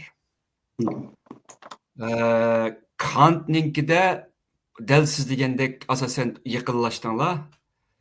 Ya'ni mening qarshim Kantning emas, o'zimning bir qarshim deyman. Makon cheksiz degan gapning o'zi mantiqiy jihatdan azroq mantiqsizlik bo'lmish gapning o'zidan. Ammo tasavvurga solsak mantiqsizlik tugaydi. Men deb kelay. Aqliy nuqtada ilib etgan vaqtda makonning o'zi bir xil abay deganimdek bir xil qo'rshilishni, bir xil o'lchinishni, bir xil aniqlikni bildirdi. 3 o'lchamdan hammasi aniqlik masalasi bu. O'lchigili bo'ladi buni, makonni. To'g'ri. Bunda o'lchigili bo'ladigan narsani cheksizlik desak, bu o'lchakdan alqib ketgan bo'ldi. Mushni bir logikalik hukm desak, makon cheksizdir desak, bu biyaram bo'lmaydi bu gapdan. Ammo aqliy nuqtadan. Chunki makon degandagi cheklim bilan tonishtirman. Ammo cheklim tonishtirayotgan narsani cheklimsiz yoki cheksiz desam, bu vaqtda ikki qarama-qarshi hukm birga kelgan bo'lib qoladi bu yerda. Buni demoqchiman. Ammo endi Kantga kelaydi. Kant deydi, abay azroq o'tib ketdim bu gapni men. Makon bilan zaman fiziklik dunyodagi barliq jismlarni o'lchashlik bir hukm bu. Abay deyishdi-ku. Ammo bu hukm aning nazaridagi Xudoga mos kelmaydi. Abay siz nima to'g'ri dedingiz. Cheklik hukmlar bilan cheksizlikninki mavjudligini ya isbotlab bergil olmaydi, ya tushuntirib bergil olmaydi. Agar tushuntirib bera olsak, isbotlab bera olsak, cheksizlik cheklimga beqingan bo'ladi. Texidimi cho'ng mantiqsizlik yo'l qo'ygan bo'lamiz. Shunga Kant deydi, Xudo bir cheksizlik bo'lgan vaqt, ya'ni Xudoga kelgan vaqtda cheklimining har qandigini tunishtirishga bo'lmaydi. Uni tunishtirib qo'yishning o'zi Xudoning qudratini cheklab qo'yish bo'ldi. Bu Xudoning tabiatiga zid bo'lgan bo'ldi. Buni siz abay dedingiz, buni men qetilaman. Shuning uchun bu yerda nima ish qilish kerak degan vaqtda Kantda sukut qilish kerak deydi. Xudoga kelgan vaqtimizda makon va zamon bilan tushundigili bo'lmaydi. Shuning uchun sukut qilish kerak deydi bu. Mening qarshimga kelsak, abay siz deb o'tib ketdingiz, Xudoni koinotning nariga o'rlashtirish mantiqsizlik bo'ldi. Cheksiz qudratga ega bir barliqni ma'lum bir cheklimli bir koordinatsiyaga tiqib qo'yish bo'ladi. Bu insonlar biz koordinatsiyada yashaymiz. Ammo Xudo koordinatsiyaning ustida yashaydi. Koordinatsiyada mustasno yashaydi. Bu bir. Ikkinchisi makonning cheksizligi. Makonning cheksizligi nuqtasi ilbatga vaqt nurg'ulg'an savollar keladi bu yerda. Makon cheksiz bo'lsa, buni cheksiz bir Xudo yaratgan bo'ladi deyli. Unda bo'lgan vaqtda Xudo shu o'zi yaratgan cheksiz makonning ichidagi bir barliqmi, yoki sirtidagi barliqmi bo'ladi? Uni yaratgan bo'lsa, sirtda turib yaratgan bo'ladi yoki makonsizlik sifatida bir cheksiz bir makon yaratgan bo'ladi degan gap chiqadi. Ammo buni ikkinchisi sal mantiq uyg'un bo'ldi. Chunki makonni yaratgandan keyin makon ma'lum darajada cheksiz bo'lsa-mu, ma'lum cheklimga ega bo'ladi. Men zid gap qilay o'zimga. Chunki makonning o'zi bir chek bu. Aba jiqtab ketdim bu gapni. Buningdagi qutulishdan birdan beri buni cheksizlikni deyish kerak bu yerda. Cheksizlik degan vaqtimizda bizning vakon va zamonni tushunishda qo'llanilgan barliq aqliyligimiz to'xtaydi bu yerda. Aqliylik bilan cheksizlikni tushungil bo'lmaydi degan gap chiqdi. Chunki aqliylikning yadrosi makon zamon. Aqli chek aslik narsani tushunadi. Makon bilan zamonning koordinatsiyasi narsani tushundiki, bunda alqonni tushunolmaydi. Shuning uchun aql to'xtatish kerak, sukut qilish kerak deydi bu. Bir. Endi Heideggerga kelay. Heideggerninki barliq va zamon deydigan mashhur bir kitobi bor bilasiz, Ahmadjon. Bu kitobninki nemisida insonning faniyligini, makonlikligini alayda deydi. Hozir makon to'g'risida to'xtalyapmiz-ku, men zamon to'g'risida to'xtalmay. Garchi ikkisi birlashib ketsa Heideggernikida. Buningda biz tashlanish deydigan bir thrown in the world deydigan bir so'zi bor buningki. Buni men tuz tarjima qilsam, dunyoga tashlanish degan bir narsa. Dunyoda bo'lish, being in the world degan bir so'zi bor. Anda Dasein degan bir mashhur bir psixologik subyekt var bir yerda, insonda Dasein deydi. Dasein degan gap germanchada being there degan gap. Ya'ni u yerda bo'lmoq, u yerda hozir bo'lmoq, u yerda ko'rinmak, u yerda mavjud bo'lmoq deganni bildiradi. Insonning tubki makonligini Heidegger u yerda dunyoda bo'lmoq. Avval dunyoga tashlandi, dunyoda bo'ladi. Dunyoda bo'ladi, anadan keyin oxirida o'limga yuzlandi. Bu yerda zamon kirdamdi bu yerda. İnsonningki hayotligini fanilik cheklamalan deydi. Endi Heideggerninki falsafasining bir buyukligi insonningki masalan undan ilgari o'tgan filosoflar Xudoning cheksizligi haqida jiq to'xtalgan bo'lsa, Heidegger Xudodan insonga qaytib, insonningki cheklimaliklari, jumladan insonningki makonininki chek haqida ko'proq to'xtaldi bu. Buni dunyoda bo'lash bizningki tubki mevcut holatimiz bo'ladi. Bu orqali biz makonda turamiz va zamonga kiramiz, zamonda yashaymiz, makonda turamiz degan gap bo'ladi. Bu jihatda elbet vaqtda Heideggerninki amdaligi insonning faniligi va insonningki makonlashtirish bu dunyodagi. Endi buningda bu bilasiz, bu ikkinchi dunyo urushidagi g'arb falsafasida ko'pincha bu Heideggerni mavjudiyati bilan uchrashgan deymiz. İnsanның makonligida bir ma'lum jihatda bir yashashninki bir mudi bo'ladi. Ya'ni buningki bir tusi bo'ladi. Tus deydi buni. Bunda bo'lishning sababi bu yerda bir kelgusiga nisbatan biz makonda turib, o'zimizningki kelgusi yuz beradigan ishlarga nisbatan ansiraymiz. O'tmishga nisbatan biz seg'inamiz yoki aslaymiz uni. Hozirning o'zi bizning mavjudligimizdagi eng real vaqt bo'ladi deyman. Vaqt o'tib ketyapti, yana makon qaytaman. Demek bizning makon bir makonga qapsılib qilishimiz. Xuddi bir yerdan yo'qlikdan dunyoga tashlanib, bu dunyoda yashashga majburlanib, mangan bir makonga ega bo'lib qilishning o'zi mohiyatda insoniyatning tragediyasi bo'ladi. Shuning uchun abay siz deb ketgan shoirlarimizning ko'pinchisi mutlaq bir erkinlikni tasavvur qilgan vaqtida makondan qutulmoqni izlaydi. Zamondan qutulmoqni izlaydi. Makon bilan zaman bizningki peshamiz bitilgan eng cho'ng bir bizni band qiluvchi omillarning birisi. Chunki Makonga kirgandan keyin cheklanib uchraymiz. Zamonga kirgandan keyin cho'qim o'limga qarab mangamiz. Buni Heidegger intayin cho'nqur bir nimada tug'ilmoqning o'lmaki bor, ya'ni yashmoqning bir yo'qolmoqi bor deganni intayin cho'nqur bir tragediyak bir hissiyotda buni his qilib turib yashaydi. Endi bu yerda bir narsani qaytib qo'y, bu temamizga butunlay munosabatsiz. İnsanninki makon bilan zamondagi asr holati nurg'ul qanchalik shoirlarni bir xil cheksizlikka, makonning cheksizligi va zamonning cheksizligi talpindirgan bo'lsa, bu insonninki bir g'ururning ifodalashi va erkinligininki tasavvurlar orqali jonlanishi deb tushunaman men buni. G'oyat zo'r bir jasorat bu makonning cheksizligi bilan zamonning cheksizligini qiyos qila olish bu-da. Ammo dunyoni kontrol qilayotganlarninki insonlarni makon bilan zamonga mangulik texidimmi aniqlik bilan band qilib chiqib urinishi bizning kelgusimizga qo'rqochlik bo'lgan bir masala. Men bir misol keltiray. O'tganda BBC'ning bir muxbiri Xitoyning Hangzhou shaharlikku deb xatolashmasam, Hangzhou shaharlik saqchi idorasiga kirib, ular bilan bir ish to'g'risida bog'lashdi. BBC'ning muxbiri deydiki, "Sen meni mush shaharning ichida yo'qolib ketsam, qancha minut ichida topa olaysan?" deydi. Desa, saqchi deydi, 5 minutdan 10 minut topa olamiz. Nega ketishingga qat'iy nazar deydi. U muxbir qechib chiqadi saqchi idorasi. Haqiqatan bo'layotgan gap ma'da, hikoya emas bu. Qechib chiqqan vaqtda saqchilar shu qechib chiqqan shu muxbirni 7 minut ichida ma'lum bir joydan topadi. Qanday topadi degan vaqtimizda biz Xitoy davlatini kuzatish davlati deymiz. Surveillance state deymiz bu. Demak, u yerda kameralar bor, nurg'ulg'an nimalar bor. Kameralarninki, kuzatish kameralarninki asosiy maqsadi insonninki nada, qaysi vaqtda nada ekanligini 100% bilishdik. Bir xil diktator, bir xil rejimninki, bir xil hozirgi texnikalik taraqqiyotdan foydalanib turib insonni kontrol qilishdagi bir xil usuli bu. İnsanlarninki hozir endi kelgusidagi diktator rejimlar bag'ansiri insonlarninki koordinatsiyadagi aniq o'rnini bilishni istab-atadi. Hatto bilishdik iqtidorga yetildi hozir. Masalan, Sharq Turkistonda hech qanday bir Uyg'ur makon va zamonga mo'kinib ololmaydi. Bunu bilasiz. Mo'kinib ololmaslikning o'zi bizningki bir obyektga aylanganligimizni bildirdi. Insonning subyektivligida mo'kinib olsak, makon va zamondan o'zimizni opqicha olsak, sarson bo'la olsak, bu bizning erkinligimiz. Hatto bizning surgunligimizning bir erkinligimiz bo'ladi. G'alati ma'noda. Ammo vatanda surgunlik yo'q. Chunki erkinlik yo'q. Qachonmaymiz hech joyga. Demak, dunyoninki qochqusizligi, hech joyga qachonmasligimiz, ne makondan, ne zamondan qachonmasligimizning o'zi insonlarninki kelgusidagi erkinligiga qilinayotgan eng chong xiris. Zaten bu erkinlikni makon va zamon kesimida yo'qotgandik. Endi kelgusida uzil kesil yo'qotishdan iborat bunda bir qo'rqinchli kelyapmiz.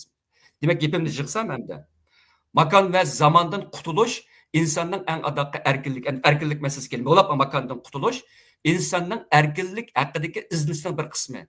Shuning uchun men bu shoirlarninki cheksizlik haqidagi, makon va zamonning cheksiz haqidagi izlanishlarni insonning erkinlik haqidagi izlanishlarning eng yuqori bir samarasi, eng yuqori bir misali sifatida ko'raman. Bularni bu jihatdan ulug' ko'raman.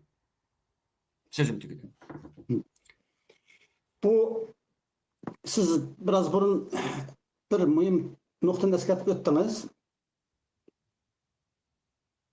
Agar makonni cheksiz desak, shundaqla Allah makonni yaratgan desak, u chaqda cheksiz Allah buludu, makon cheksiz bo'lanmaydi. Bu to'limi oddiy, lekin to'limi mustahkam bir logika endi. Bu bak to'g'ri va bak rost. Chunki cheksiz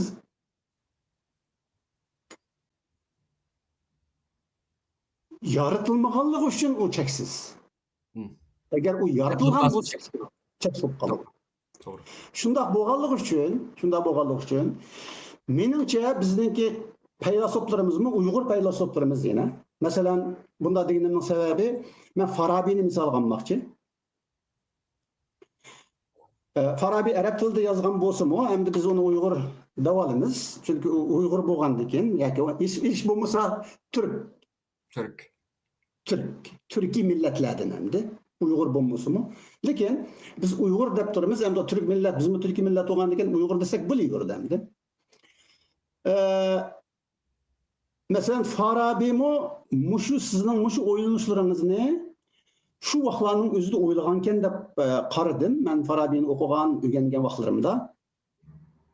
Chunki Farabi Allah'ni o'zidan teshib turg'uchi deb qaraydi. Yani bu teş nazariyesi adette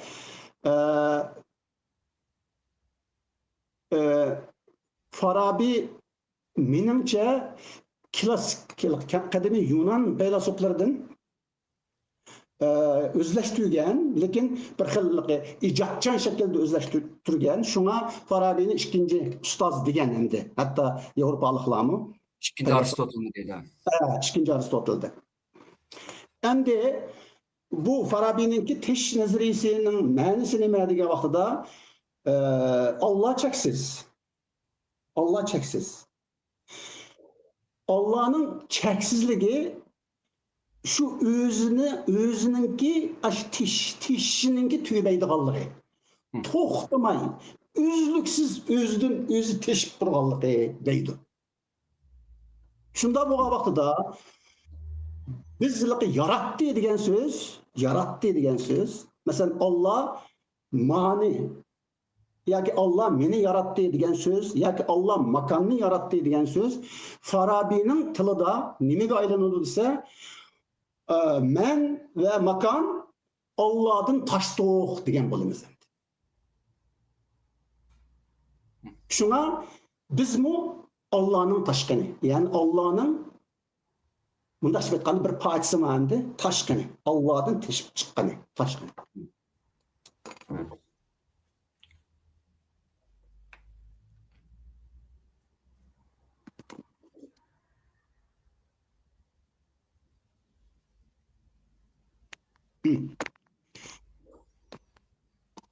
Bir taşqin.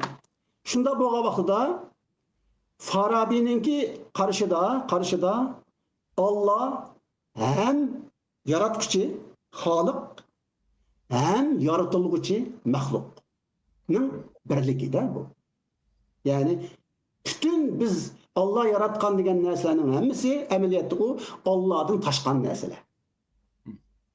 Shunga masalan bir qozon desek, qozondan mushu suv qaynab, onundan hor, har, anandikin su, anandikin qozonning ichidagi shu nima bo'lsa, go'sht, say, pay, hamma narsalardan mushlar teshshi amaliyotda bu bir qozon. Shu bir qozondagi narsalar teshshi bizga ko'rindi. Teshish degan gap yana Navoiy Farabining nimasida teshishni ko'rinish, ayon bo'lish, zohir bo'lish deb ataydi. Teşeş vaqt ve zamanda yüz berdi, жүрүп келгенлик үчүн көрүндү, зайыр болду делет. Zahir oldu. Şunda bo'lgan vaqtida Farabining qarshida demak Allah o'zi cheksiz. Bu cheksizligining tushunchasi nima desa, u to'xtamay teshib turgan va o'zgarib turganligi degan bo'ladi.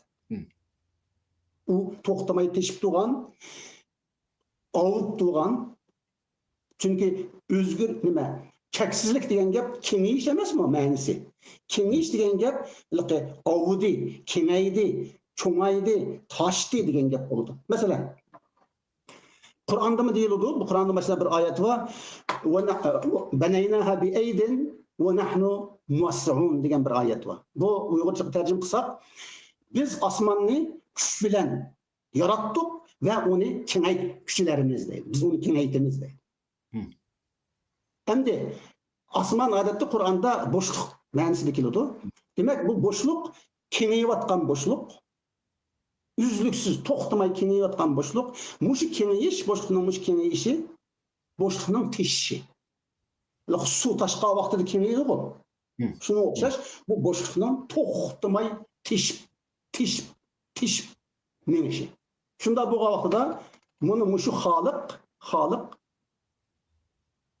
to'xtamay teshiyotgan, to'xtamay kengayayotgan Xoliq, yaratuvchi. Shunda bo'lganda biz butun yaratilgan deb o'ylaydigan narsalarning hammasi mushu tashqin shu. Mushu tashqinning o'zi shu. Ham mushu tashqinning o'zi Allohning o'zi shu. Shunda bu vaqtida bizning makonni yaratuvchi ve Allah'ını yaratquchi deb makonni Allohdan ayirib olib, ikki qilib olib, ikki qilib olgandikanlar ikkilisini cheklaymiz degan gap.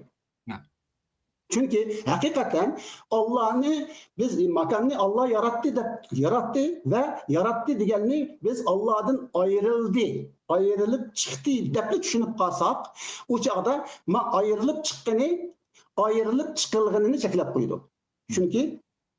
Çünkü bu çağda mao çeksiz bulanmaydı Allah.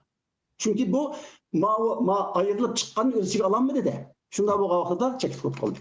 Şuna Allah'ınki makanını yarattı ve makan Allah'tan ayrıldı diyen muşu düşençinin kançılık bu şu çeksizlikki boğan cheksizlikka maskanmaydigan, cheksizlik mantiqisiga tushmaydigan bir qarash ekanligini Farabi bilganligi uchun Farabi mush tish nazariyasi haqida butun o'zining falsafasini o'tirib qo'ygan. Shunda bo'lgan vaqtida biz endi mushu makonning cheksizligi to'g'risidagi tushunchamizni jazmlashtirishimiz uchun u chog'da biz mushu yaratish degan mushu tushunchaning Allohning yaratishi degan tushunchaning mushu yaratishninki shaklini tushunishimizga to'g'ri keladi, tasavvur qilishimizga to'g'ri keladi. Buni bizga Farabi tasavvur qilib berdi deb o'ylayman. Shunda bo'lgan vaqtida abayim deb o'tdik, agar yaratuvchi yaratquchidan ayrilgan ekan, yaratquchini cheksiz bo'lib qoladi. U chaqda biz Allohni cheksiz degan gapimiz yolg'on bo'lib qoldi. Onu cheksiz tasavvur qilolmagan bo'lamiz. Shunda bo'lgan vaqtida yaratish degan nimani yaralg'uchi bilan yaratquchining birligi deb qarashimizga to'g'ri keladi. Shunda bo'lgan vaqtida buni butun bizning shoirlarimiz, klassik shoirlarimiz Jaloliddin Rumi ve nurg'un hozirgi zamon shoirlari dunyoninki hammasi bu hatta Bergsonmi shunda qaraydi. Henry Bergson mesela bu yaratquchi bilan Allah bilan yaratılgıcı maxluqninki Xoliq bilan maxluqning birligini muayyanlashtiradi. Mushu birlik cheksiz birlik. Shunda bo'lgan vaqtida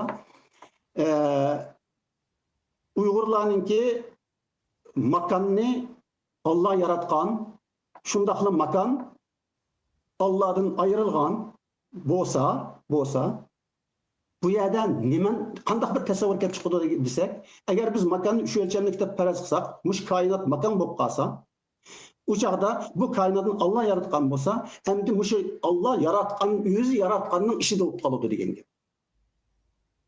Yeni bir tarafdan Allah o'zi yaratganini o'zidan ayirgan vaqtida yoki biz uni ashla qaragan vaqtida, ayirgan vaqtimizda, yaralg'uchini yaratishni ayirgan vaqtimizda ikki narsa yuz berdi. Ikki narsa barliq keladi.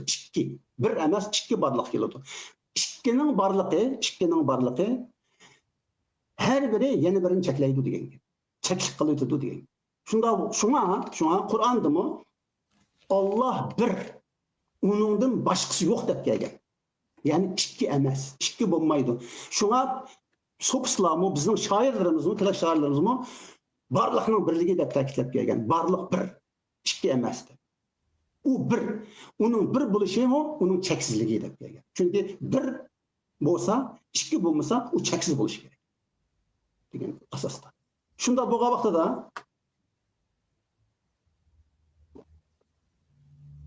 endi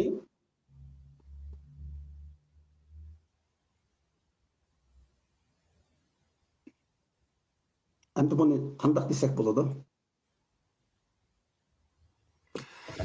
O qarşınızdaki bir narsa ketib qo'yay, ash o'zingizmi deb o'tib ketdingiz. Agar barliqni bir desek, ya'ni buni cho'ng jihat ilib o'tgan vaqtida bar bo'lmoq bir desek, Hatta onun içindeki yoklukmu içe kirip ketidi. Bunu turib tursun. Hı hı. Eng muhimi yaratquchi yaralg'ich o'rtasidagi farq tugaydi.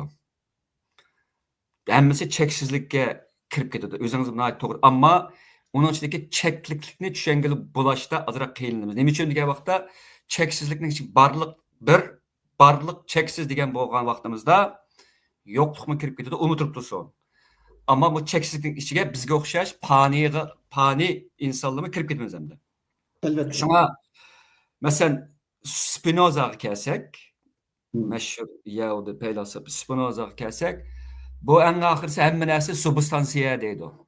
Substansiya degani substance emas. Substansiya deganimiz hamda bir xil alayda bir xil modda desak bo'lmaydi, bir xil barliq desak bo'ladi-da. Mohiyatlik barliq degan gapda. Hammaning tegida turdi, hammani nim qildiganda.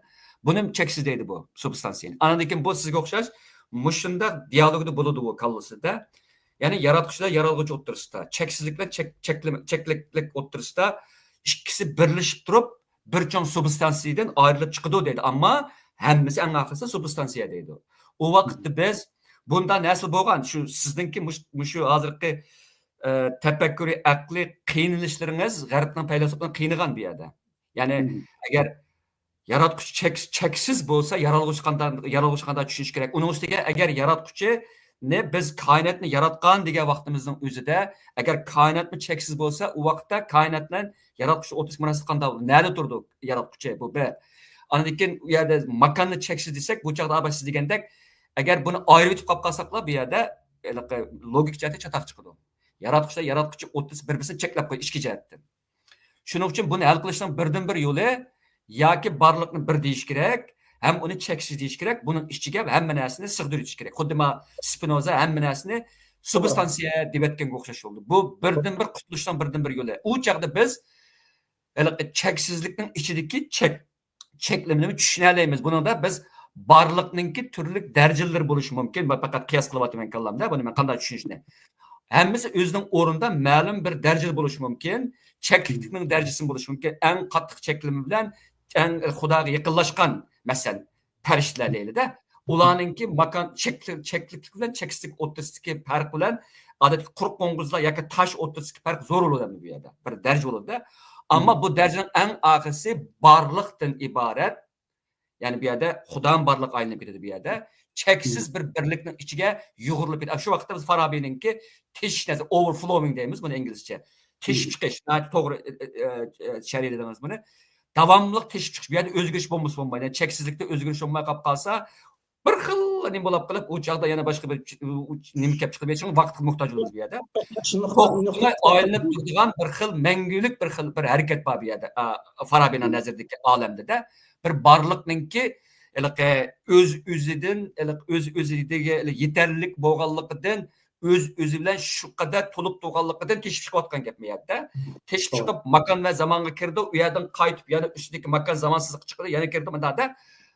Bu vaqtda biz olamninki mangulik bir barliq, ya'ni yaratquchi barliq ustida nim qilgan bir nimasi kirdi. Bu yerda endi gapimni yig'ib har o'xshamagan bosqichlarga darajalarga bo'lingan barliqlikninki, chekliklikninki bir nimasi bo'ladi hamda, tartiblar bo'ladi.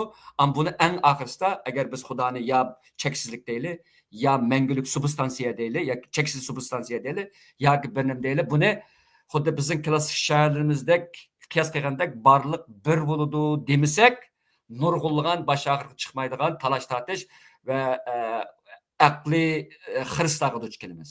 Men shuni ta'kidlab qo'yaman. Endi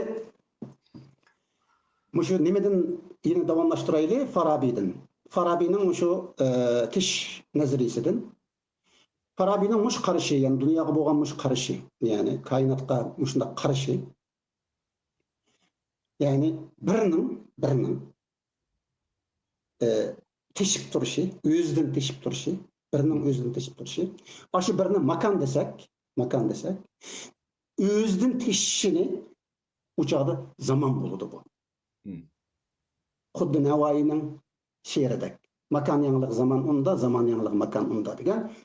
Endi buni biz nimaga tatbiqlayli? Einsteinninki masalan space time, to'rt o'lcham. Endi biz nimani zamonni akirayli makonning ichiga. Şunun bilen makan 4 ölçemlik bolsun. Yani makanның özü içinde zaman bardı. Mundaq düşüneyle. Einstein'ның mesela space time diginde mesela Einstein bu Einstein'ның dаңlıq formulası nisbilik nimesi de enerjiye massa ananınki köpeytilgen nurunun kuadratı, nur tezlikinin kuadratı. Şundaq ko. Endi bununla qarasak biz enerjiye nimege teng boludu dese enerjiye massının yani maddenin nur tezligide sefer qilishninki nur tezligininki kuadratida sefer qilgan vaqtida madda yani massa butunlay energiyaga aylanib ketadi degan gap. Endi energiya degan gap u yo'q narsa. Yani yo'qlik energiya. Massa yoki massa barliq. U gavdalangan narsa. Endi mushu biz ba deb ko'radigan gavdalangan mushu narsa, mushu badan, mushu jism nur tezligining kvadratida safar qilgan vaqtida, harakat qilgan vaqtida mushu massa butunlay yo'qolib ketadi. Biz ko'rolmaydigan bo'lib qolamiz. Amaliyotda u bor, energiya shaklida bor. Ya'ni energiyaga teng bo'lib ketadi. Butunlay energiyaga teng. Shunga energiya teng massaning nurning kvadrat suratida safar qilishi shunga teng degan. Endi Einstein'ның bu nimasiga qarasak, Einstein zamanni qanday qaraydi ekan desa, zaman nur tezligining kvadrati degan gap, nurning tezligi degan gap harakati degan gap. Shunda bo'lganda massaninki harakatining qanchalik tezligini ko'rsatadi. Demak, zaman Einstein'ning nazarida u harakat. Aşı massaning harakatini o'lchayapmiz bu yerda. Einstein massaning harakatini o'lchayapti, barliqning, moddaning harakatini o'lchayapti. Farabi tesh nazariyasida birninki o'zidan teshivatqanligi shumi nima deymiz? Uning harakati, o'zgarishi. Amı moddaning o'zgarishi harakati, ma'mu birninki o'zgarishi harakati. Shunda bo'lgan vaqtida, demak zaman Farabi'nin nazarida bo'lsin, biz deb o'tgan Navoiyning nazarida bo'lsin. Chunki Navoiy makanni zaman deb chiqishni bir qilib ayirmaydi. Einsteinmi ayirmaydi. Demak, zaman bu yerda vaqt emas, bizningki an'anaviy tafakkurimiz engimizdagi, kollektiv engimizdagi vaqt tushunchasi emas, u faqat o'zgarish. U faqat harakat. Onundan başqası emas. Şuna zaman makanning harakati.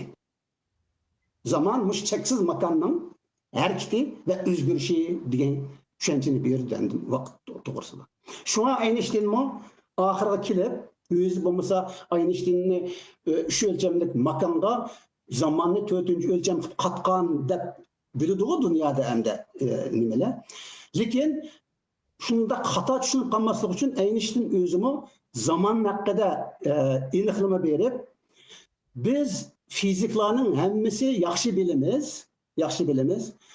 Zaman xam xiyoldan boshqasi emas degan.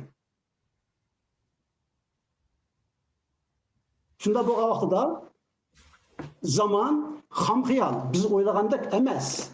Lekin zaman faqat bu maddenin yoki makanning harakati va o'zgarishi xolos degan ma'noni yetkazganmiz, aytib bergan. Bu Farabining degani shu, Navoiyning degani shu. Ya'ni Navoiyning makan yangilik zaman unda degani, makan yangilik zaman unda yoki zaman yangilik makan unda degani, bu makanga qarasang, u zaman, chunki u o'zgaryapti. Lekin o'zgarishga qarasang, u makan, chunki o'zgarayotgan makan. Shuning bilan bu zaman bilan makan bir bo'lib ketadigan gap. Bu zaman bilan makan bir ulab ketgan vaqtida makan cheksiz bo'ladi. Bu cheksizlik zaman mangulik bo'ladi. Yani zamanın cheksizligi degan gap manguligi degan gap. Yani zaman bo'lmaydi degan gap. Yani cheksiz, zamansız degan gap, zamansızlık degan gap, zamansızlık degan gap mangulik. Zaman bo'lmagan degan gapda. Şuna bilan bu biz ko'rayotgan mushu koinot anda, yani Navoiyning anda degani, yani zaman yangilik makan anda, makan yangilik zaman anda bizga Navoiy ishorat qilyapti. Mush koinotni ko'z tutib turib, bizga mush barliqni ko'z tutib turib, anda, ashunun da deb elib, hem zaman bor, hem makan bor. U o'zgarayotgan makan, shunga ash o'zgarayotgan deganni zaman deb tushunamiz. Hem ash o'zgarayotgani boshqa narsa emas, shu makonning o'zi shu. Shuning bilan bu ikkisi bir demakchi. Mushunda bo'lgan vaqtida bizningki Farabiymi, bizning Navoiymi nima bilan uchrashadi degan gapda Einstein bilan. Shu space time to'g'risida, makan zaman tushunchasi to'g'risida. Shunda bo'lganda makan deganmi, biz chaklik degan tushungan makanmi ham xiyol, makan bo'lmaydi. Biz o'tgan zaman, hozirgi zaman, kelgusi zaman deb tushungan bu zamanmi mavjud emas, buni bo'lmaydi. Faqat bo'ladiğini aşu to'xtamay o'zgarib turgan cheksiz bir shu. Yani aşu Allah shu. Degan yetib boramiz. Bu nimaninki zaman to'g'risida men bir narsani o'ylagan, masalan zamanni 3 ga bo'linadi deymiz-ku, o'tmish, hozir, kelgusi deb. Agar biz o'tgan yakshanbani misolga olsak, o'tgan yakshanba o'tgan shanba uchun kelgusi bo'lgani bilan o'tgan dushanba uchun o'tmish bo'ldi. O'tgan yakshanba. Taqo?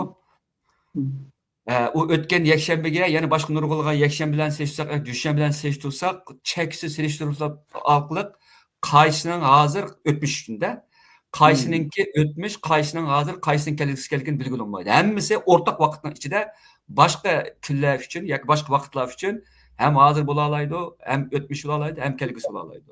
Bu yerda bir mutlaq o'zgarmaydigan bir nuqta yo'q. Vaqt tushishida biz faqat reallikdagi shaylarni tushunish uchun shunday devolamiz, ammo cho'ng jihatdan hammasi bir xomxayollik bo'lib, bu jihatda tushunmayman. Masalan, yana bir gap bor. Keskin bir misol bor bu yerda. Ya'ni qo'limizda bir istikan bor desak, abasiz suv ichgan istikan bor desak, u istikan qo'limizdan tushib ketib chiqildi. Chiqilgan vaqtda u asli kelmaydi. Qayta mangu uni bir istikan shakliga eklanmaymiz. Bir mo'jiza bo'lmasa bu yerda. Şuna ba'zi deydigan gap, nima uchun kelgusining aslimasi bo'lmaydi? Ya'ni nima uchun bir ish yuz berib qolib qolsa, siz o'zgarish dedingiz. Men oddiy bir shayning oldini tushunay buni. Qanday qilib buni asli keltirib, vaqtni orqa qaytarib bo'lmaydi degan vaqtida bu yerda nimaninki bir nazariyasi bor ekan, termodinamikasning ikkinchi nazariyasi entropiya teoriya deydi ekan. Buni entropiya degan emas, qalamqanchiq degan gap, entropiya degan emas. Qadimgi grekcha gap bu. Buningda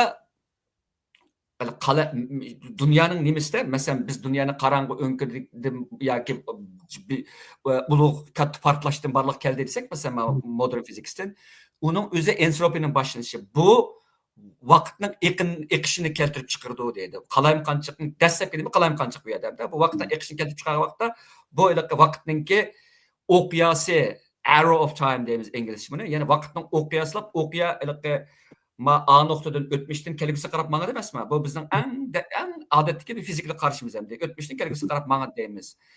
Bu shunda bo'lgan vaqtida vaqt qaytalanmaydi deb qaraymiz. Bu ya'ni chiqilgan istakan asli kelmaydi. Ya uyg'urcha bir gap bor, tukurgan tukurukni ig'izga og'ilmaydi degan gap o'xshab ketadi-da. Bir qatam yuz berdi, ikkinchi nima ekan? Xuddi Heraklit degan gapi bor. daryoga bir qitim kiramiz, ikkinchi kirolmaymiz, qaytalanmaydi bu harakat. Qaytalanib qolsa u boshqa bir harakat bo'ladi u. Chunki u boshqa bir, garchi makon o'xshash desakmi, garchi u yerda suv oqmasimi, daryomizning o'zida, daryoning o'zi emas, manba emasda, manba emas bo'lamanda u chog'da, shundoq bo'lamizda. Yana shundoq bo'lsa-mu, lekin men Abay og'am misol bo'yicha olsak, cho'ng jihatdan elib ketgan vaqtda men qaytalaman, zaman faqat makonninki harakatini o'lchashdiki va bilishdiki bir xil nim bo'ladi. Biz uni o'tmishdan kelgusiga mangan deb qaraymiz. Ammo masalan biz kvant mexanikasiga kirsak, ma'lum bir zarrachininki o'xshash vaqtdagi o'xshash vaqtda yuz berayotgan harakatlarni qiyos qilolmaymiz. Ham uningki hozirgi o'tmish, hozirmi yoki o'tmishmi kelgusi ekanligini aniqlik bilan nim qilib bo'lmaydi, digili bo'lmaydi. Shu kvant mexanikasiningki hozirgi zamon fizikasiga ko'rsatgan eng chong xirslaridan birisi butkul hukmlarni o'zgartirdi demdi. Şu bu jihatdan biz uchun oddiy bo'lg'ini o'tmish, hozir kelgusi. Buni men tushunyapman. Dunyoni munodatni tushunamiz biz. Ammo cho'ng nuqtada ilib etgan vaqtida vaqtning eqishchanligiga men gumon bilan qarayman. Abaqda o'ylaganda bir nuqta bo'lmagan vaqtida eng adaqli nuqtada o'tmish, bugun va kelgusi 30 farqlar tugab ketadi. Mening nazarimda. Chunki cheksiz mumkinchilik bu yerda bir nuqtaninki 3 xil emas, bir necha xil vaqt nimasi bo'linib ketish ehtimolligi bu. Bir İkinci so'zga vaqtda buningki cho'qim o'tmishdan kelgusiga mangdiganligi to'g'risidagi, masalan, kvant mexanikasiga kirsak, bu bunda bo'lmaydi. Bunda bo'lish natayinda. Ya'ni koinotning hamma yeriga bir xil vaqtninki tushunchisi ishlamaydi degan gap berdi. Ma'lum bir boshqa bir bo'shliq mumkinchilik bor degan gap bo'ldi. Bu ikkinchisi. Uchinchisi hamda masalan Einsteinninki makon zaman tushunchasimi nur tezligiga yaqinlashgan vaqtida vaqtninki o'tishi aslaydi hamda. Yani biz qancha mesela alemde biz qancha uzak bir musafirni bassak vaqt shuncha kichik bo'ladi va qancha uzak vaqtda bir musafirni bassak musafa uzun vaqtda musafirni bassak shuncha kichik bir orliqni bosgan bo'lamiz hamda. Bu jihatdan elib etgan vaqtim garchi biz musafirni kilometr metrlar bilan o'lchaganimizdan vaqtni sekund, daqiqa, minutlar o'lchaganimizdan eng oxirida bu ikkisi bir-birisiga kirishib Xudo siz degandek zaman mohiyatdan cheksiz makonning cheksiz o'zgarishini haqidagi bizningki tuyg'umizni desteklab beradigan bir xil o'lchamga aylanadi. Ammo o'zininki nuqta ilib etgan vaqtda bu makonninki qandoq masalan bu makon turlik masalan massa bor dedik-ku, massami masalan yer sharining tortish kuchi kirgan vaqtida bu massa qancha cho'ng bo'lsa vaqtga ta'sir ko'rsatadi, vaqtning eqishiga. Şu bir yerdə bir ölçəmlik vaqtının eqişdəliği hukmu yox bu yerdə, həmmiyəyə mas gəldiğən. O həmmiyədən təkşi olmaydı. Massağa münasibətlik oldu, tizlikə münasibətlik oldu qatarlıqda. Bu cəhətdə həminəsə nisbiləşidəmdə.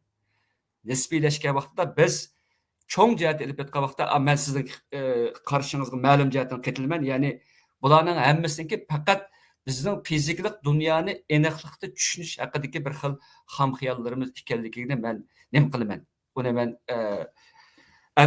tahqiq qilaman. Endi oxirgi nuqta amdiliqi biz Farabining qarshi qaytgan vaqtimizda Farabining qarshida vaqt aylanadimda. Bu yerda bir cheksizlik bor bu yerda. Uningki o'zidan teshish nuqtasidan elib etgan vaqtida biz ma'lum bir nuqtani asos qilsak, bu yerda ilgari keyinlik bo'lishi mumkin buning ichida. Ammo cho'ng jihat elib etgan vaqtda bu faqat bir cheksiz aylanish hamda bu. Bir cheksiz aylanishda o'tmishidan hozir va kelgusidan farqlanishlikka hech hojati qolmaydi. Qiyg'il bo'lsa-mu, texnik bilan yoki ilm fan bilan qiyg'il bo'lsa-mu, cho'ng jihatdan hech hojat yo'q buningki. Bilishdan hech hojat yo'q. Chunki bilsak-mu, u to'xtab qolmaydigan harakat qilish bilan biz o'tmishda aytgan narsa yangi bir to'lqin kirib ketadi. Uningki nimasi ahamiyati tugaydi. Demak, bu yerda cheksiz bir makonninki cheksiz bir vaqtchanlik nuqtasida bir o'zgarish nimasi bir cho'ng bir drama bor bu yerda, bir koinotlik bir drama bor bu yerda deyishga bo'ladi. Bu vaqtninki oldi bilan nimaninki bir misolni berib o'tib ketib anakin demoqchi bo'lganimni dey. Masalan, Franz Kafka bir yozuvchi endi. Bir yozuvchi. Lekin bunaqa deganim hamda zaman haqida so'zlasa, u faylasuf bo'lib qolmaydi, u yozuvchi. Chunki vaqt bilan makonmi yeni bir tarafga aytgan vaqtida yozuvchining va shoirninki asosli o'yini tashkil qiladigan elementlar. Mesela Franz Kafka'nın bir sözü var. Men hazır bolsam, qandaq qilib aytib bo'laman deydi. mesela. Yani bu yerdeki men ne köstüvatı demdi men hazır bolsam ete bulmayman. Çünkü bu yerdeki men bilen bolumni münasebeten davatıdı. Endi bu yerde bunu desek nim bulap ketedi.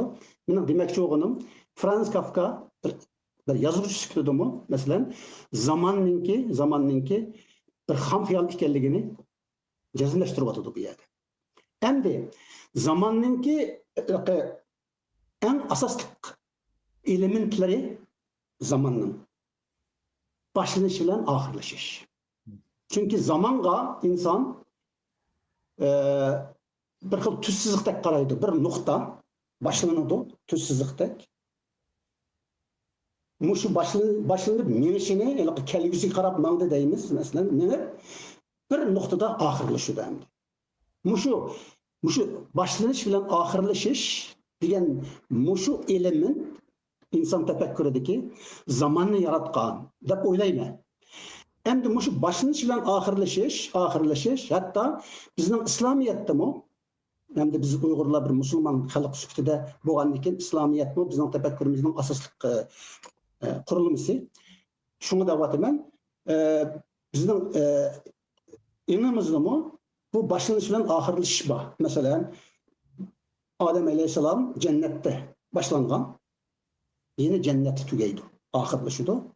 Lekin jannatdan yiqilib do'zaxga tushib, yerga tushib, ondan keyin yine o'zininki gunohlarini kechib, gunohlarga tövbe qilib, oxiri yana jannatga qaytadi, shuni bilan oxirlashadi. Ya'ni boshlanish bilan oxirlash. Shunda bo'lgan vaqtida shunga biz jannat va Odam alayhissalom desa, qachon o'ylaymiz desak, o'tgan zaman. Almisak qadimiy burunqi zamonni o'ylaymiz. Ondan keyin jannat va qiyomat desak, en oxirini o'ylaymiz zamonning. Chunki qiyomat zamonning oxiri. Undan keyin zaman bo'lmaydi. Jannat, Odam alayhissalom jannatga gunoh o'tkazgan vaqtlari, masalan, daraxtni yeb, igdorchilik va o'lmaslik daraxtini, uni endi g'arblik bilan ma'rifat daraxti deb ataydi endi. Shuni yegandan keyin boshlanadi zaman endi. Endi mushu boshlanish bilan mushu oxirlashish birini o'tgan zaman, birini kelgusi zaman deb qaraymiz. Endi masala bu yerda nima desa, mushu zaman boshlanishdan burun nima bo'tdi va shundaqla zaman oxirlashgandan keyin yana nima bo'ladi degan mundaq bir narsa kelib chiqdi. Shuna zaman biz faqat ikki nuqtani belgilab kesib olgan bir ish zaman. Undan ortiq emas. Ya'ni siz dastlabda ta'kidlab kelgan belgilash. Chunki cheklab bilish, ya'ni cheklab qilib bilish. Bo'lmasa aql uni tushunmaydi. Bu hatta Pascalmi degan buni. Masalan, Pascal cheksizlik kelgan vaqtida aql o'zini topshirish kerak. Aql o'zining endi kal kelmaydiganligini e'tirof qilish kerak degan ma'noda gap qilgan Pascal. Shunga cheksizlikni aql tushunmaydi.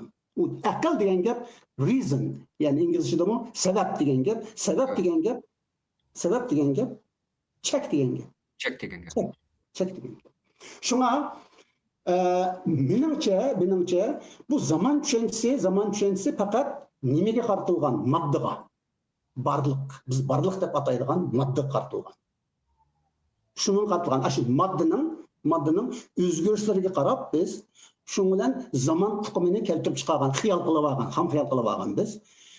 U nima desa, shu moddaninki paydo bo'lishi, ko'rinishi, ko'zimizga anondan g'oyib bo'lishi ko'zlarimizdan degandek, shu modda qartilgan masala zaman. Lekin bu yerda Farabiy aytgandek yo'qlikda bor edi deydi. Demak, bizda vatgan modda, shu borliq, u yo'qlikda. Yani mushu barliqning makoni yo'qlik. Unda bo'lgan vaqtida yo'qlik nim bo'ladi? O chaqda yo'qlik Zamanның yo'qligi, makonning yo'qligi. Yoki biz hozir tushunayotgan makonning, ya'ni moddaning yo'qligi, borliqning yo'qligi deydi. Shunda bo'lgan vaqtida yo'qlik bar edi degan shu iborasi Navoiyninki bizning ko'zimizda ko'radigan, biz zaman deb qaragan, o'zgarayotgan, harakat qilayotgan narsaning hammasi yo'qlikda degani. Unda bo'lsa bu yo'qlik nima? Bu yo'qlik nima? Bizning bir ko'rarmanmi mush savolni tashlabdi. Yo'qlik degan nima? Uning shakli qanday bo'ladi u deb. Sizningcha bu yo'qlik nima? Shu modda, massa, jism yoki shu olam bo'shliqligi, shu jismlarningki, shu borliqning, shu moddalarning makoni nima? Meningcha yo'qlik bek murakkab atalg'i bu. Bu masalan shu dialektiklik nuqtasini tushungan vaqtida qadimgi men nimaning bir gapini deyman, Parmenidesninki. Parmenidesda g'arb falsafasining otasi hamda hatto Aflatundan ilgari o'tgan.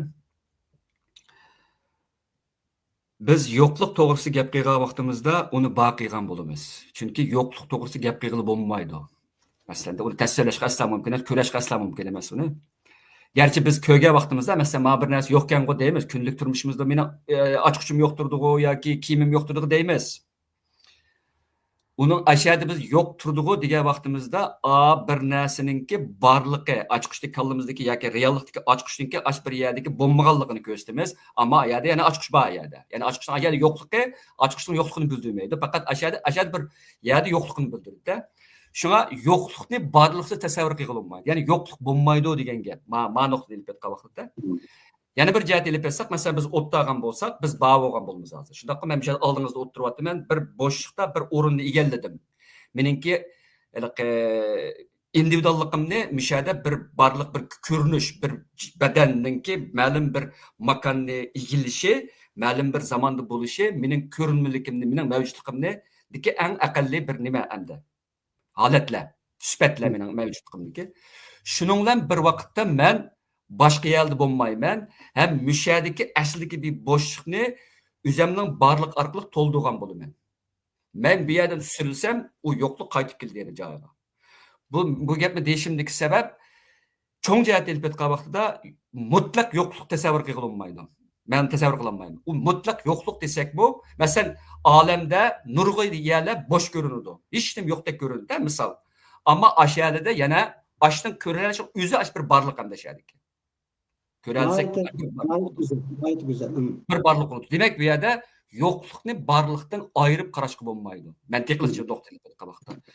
Borliqsiz yo'qlikni qiyos qilib so'zligida bo'lmaydi, ham tasavvur qilib bo'lmaydi. Men bu jihatdan ilib etgan vaqtida agar olamninki, koinotninki borliq birligi va borligi qanchalik borliq bo'lsa, ham shunchalik yo'qlik bo'ladi. Bu ikkisi birlashib ketgan bo'ldi. Men buni hamda ziddiqqa to'lgan bu gapimni tushunib turyapman, ammo bu ziddiq emas, balki bir xil dialektiklik o'zaro bir-birini to'liqlab turib tushunish deyishga bo'ladi. Men bu meningki mening falsafalik tushunish bo'ldimi? Tushunish bo'lgansa o'sha to'xtatay deb. Tushunish bo'ldi, lekin men sizning mush gapingizdan men shu nuqtani tortib chiqaray. Masalan, bumi menimki shu Navoiyni o'qiyotgan vaqtlarimdaki, Navoiyninki shu iboralar, so'z iboralaridagi o'ylanishlarim hamda. Masalan, biz dastlabdan suhbatimizning beshidan misolga olgan, masalan, Navoiyning shu beytidagi masalan yo'qlikda bor edi. Men buni nihoyat jiddiyga olaman. Masalan, yo'qlikda bor edi bu ibora. Masalan, Navoiy yolg'on so'zlayapti, xomxiyol qilyapti yoki chin so'zlayapti, rost so'zlayapti, reallikni deyapti. Andan keyin men bilaman, adabiyot, bulutli she'riyat, u chinlik, haqiqiy shoir degan reallikdan boshqani so'zlamaydi. U chinni so'zlaydi, rostni so'zlaydi, realni so'zlaydi. Endi Navoiyning yo'qlikda bor edi degan shu so'zi, yo'qlikda bor edi degan gap, biz uni Başqacha aytganda deymiz-ku biz endi yazgan vaqtlarimizda so'zga olib. Başqacha aytganda yo'qlikda bor edi, başqacha aytganda barliq yo'qlikda degan gap bo'ldi. Shuna bizning ta, da degan nimada, demak, barliqning makoni yo'qlik degan gap bo'ldi. Barliqda, nima, yo'qlikda bor edi, yo'qlikda bar edi degan gap, bar degan gap barliq, yo'qlikda edi. Bar edi, demak, yo'qlik barliqning makoni degan gap. Demak, undaq bo'lsa, yo'qlik barliqning makoni bo'lsa, Alisher Navoiy chinlikni, reallikni, rostni deyotgan bo'lsa, u chaqda yo'qlik real, chin, rost narsa bo'ladi. Undaqda bu yo'qlik nima? Masalan, bütün şu biz barlıq deb ataydigan şu cisimlarning, biz ko'radigan şu cisimlarning quyosh, oy, kun, sayyora, yulduzlar sistemlari, deyli, hatto yer shari, dal-daraxt, tabiat, suv, okean, o't, man, insonlar, hayvonlar, o'simliklar hammasi şu barlıq yo'qlikda bo'ladi. Alisher Navoiyning so'zi bilan aytgan. Undaqda u yo'qlik nima? Bu makon, barliqning makoni bo'lgan, bu yo'qlik nima?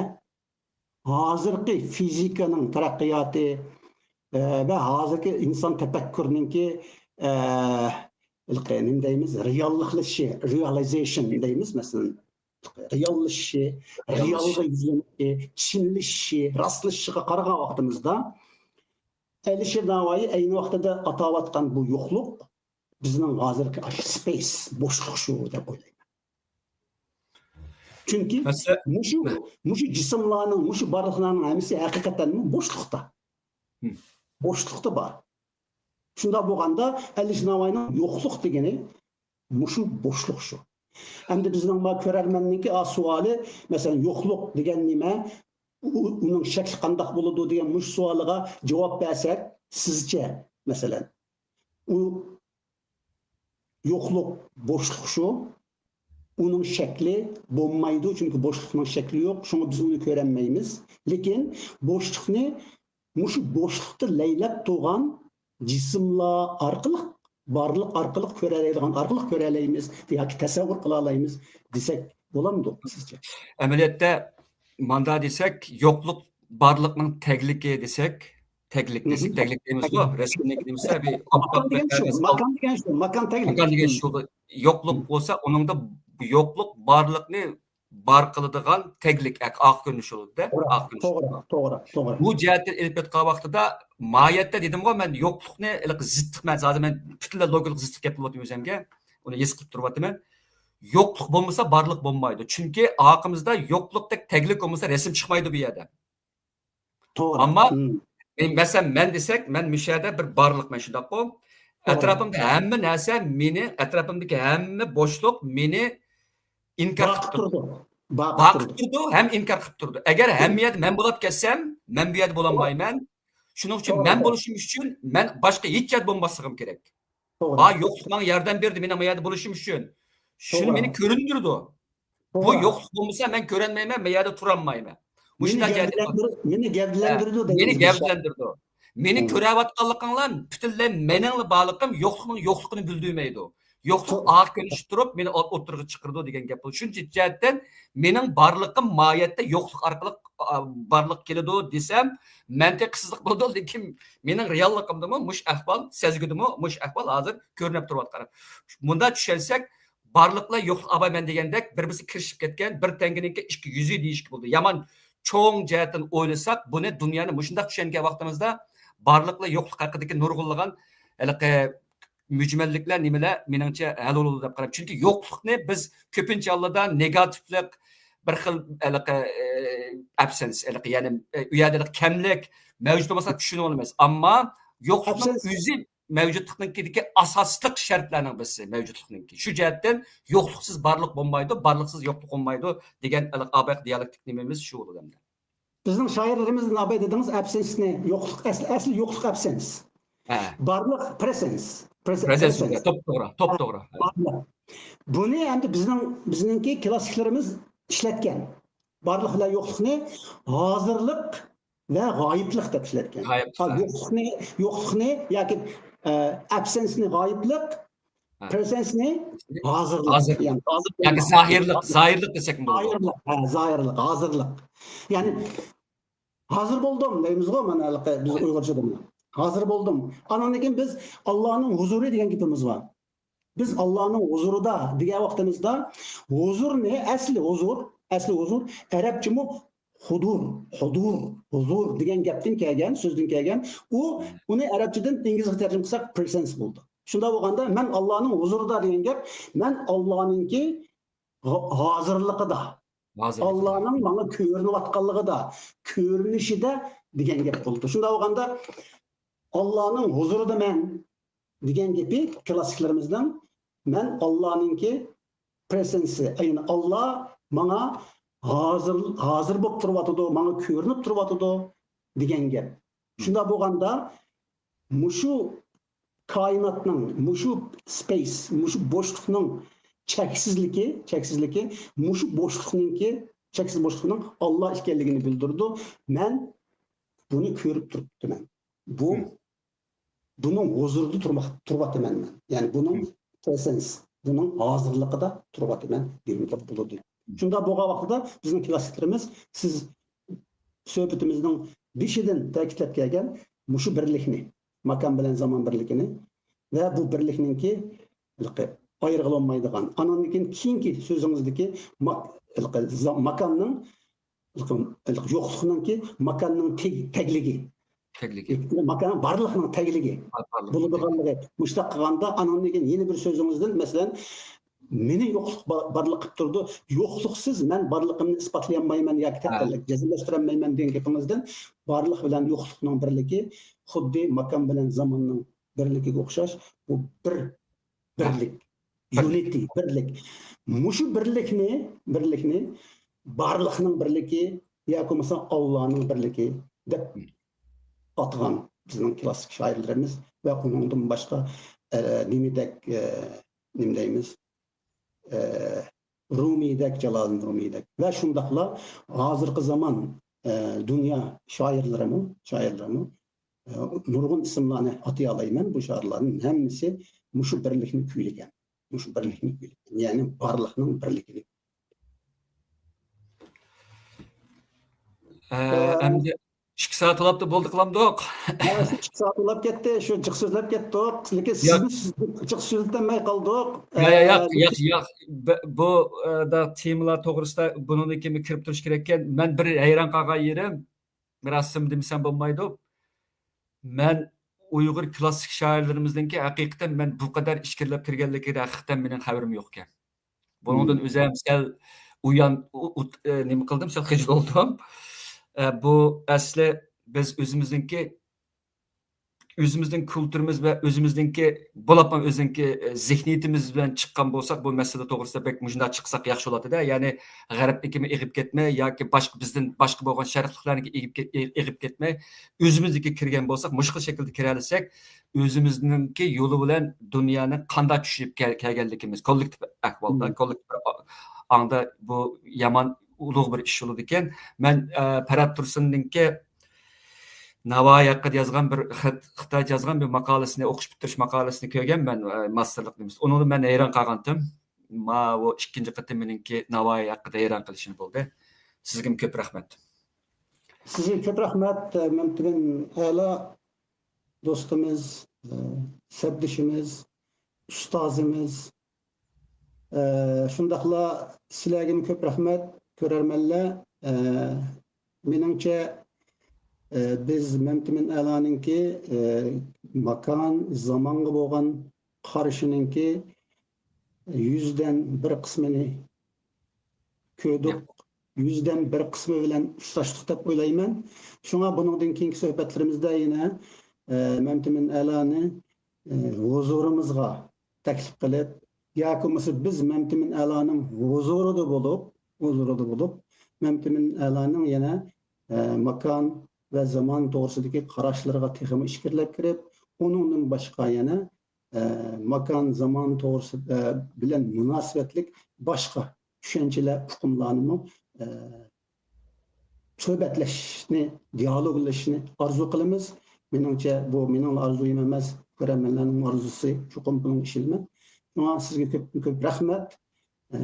Keyingi qatim ko'rishguncha omon bo'ling. Sizga rahmat, Ahmadjon. Meni Uyg'ur klassiklar bilan qayta uchrashdingiz.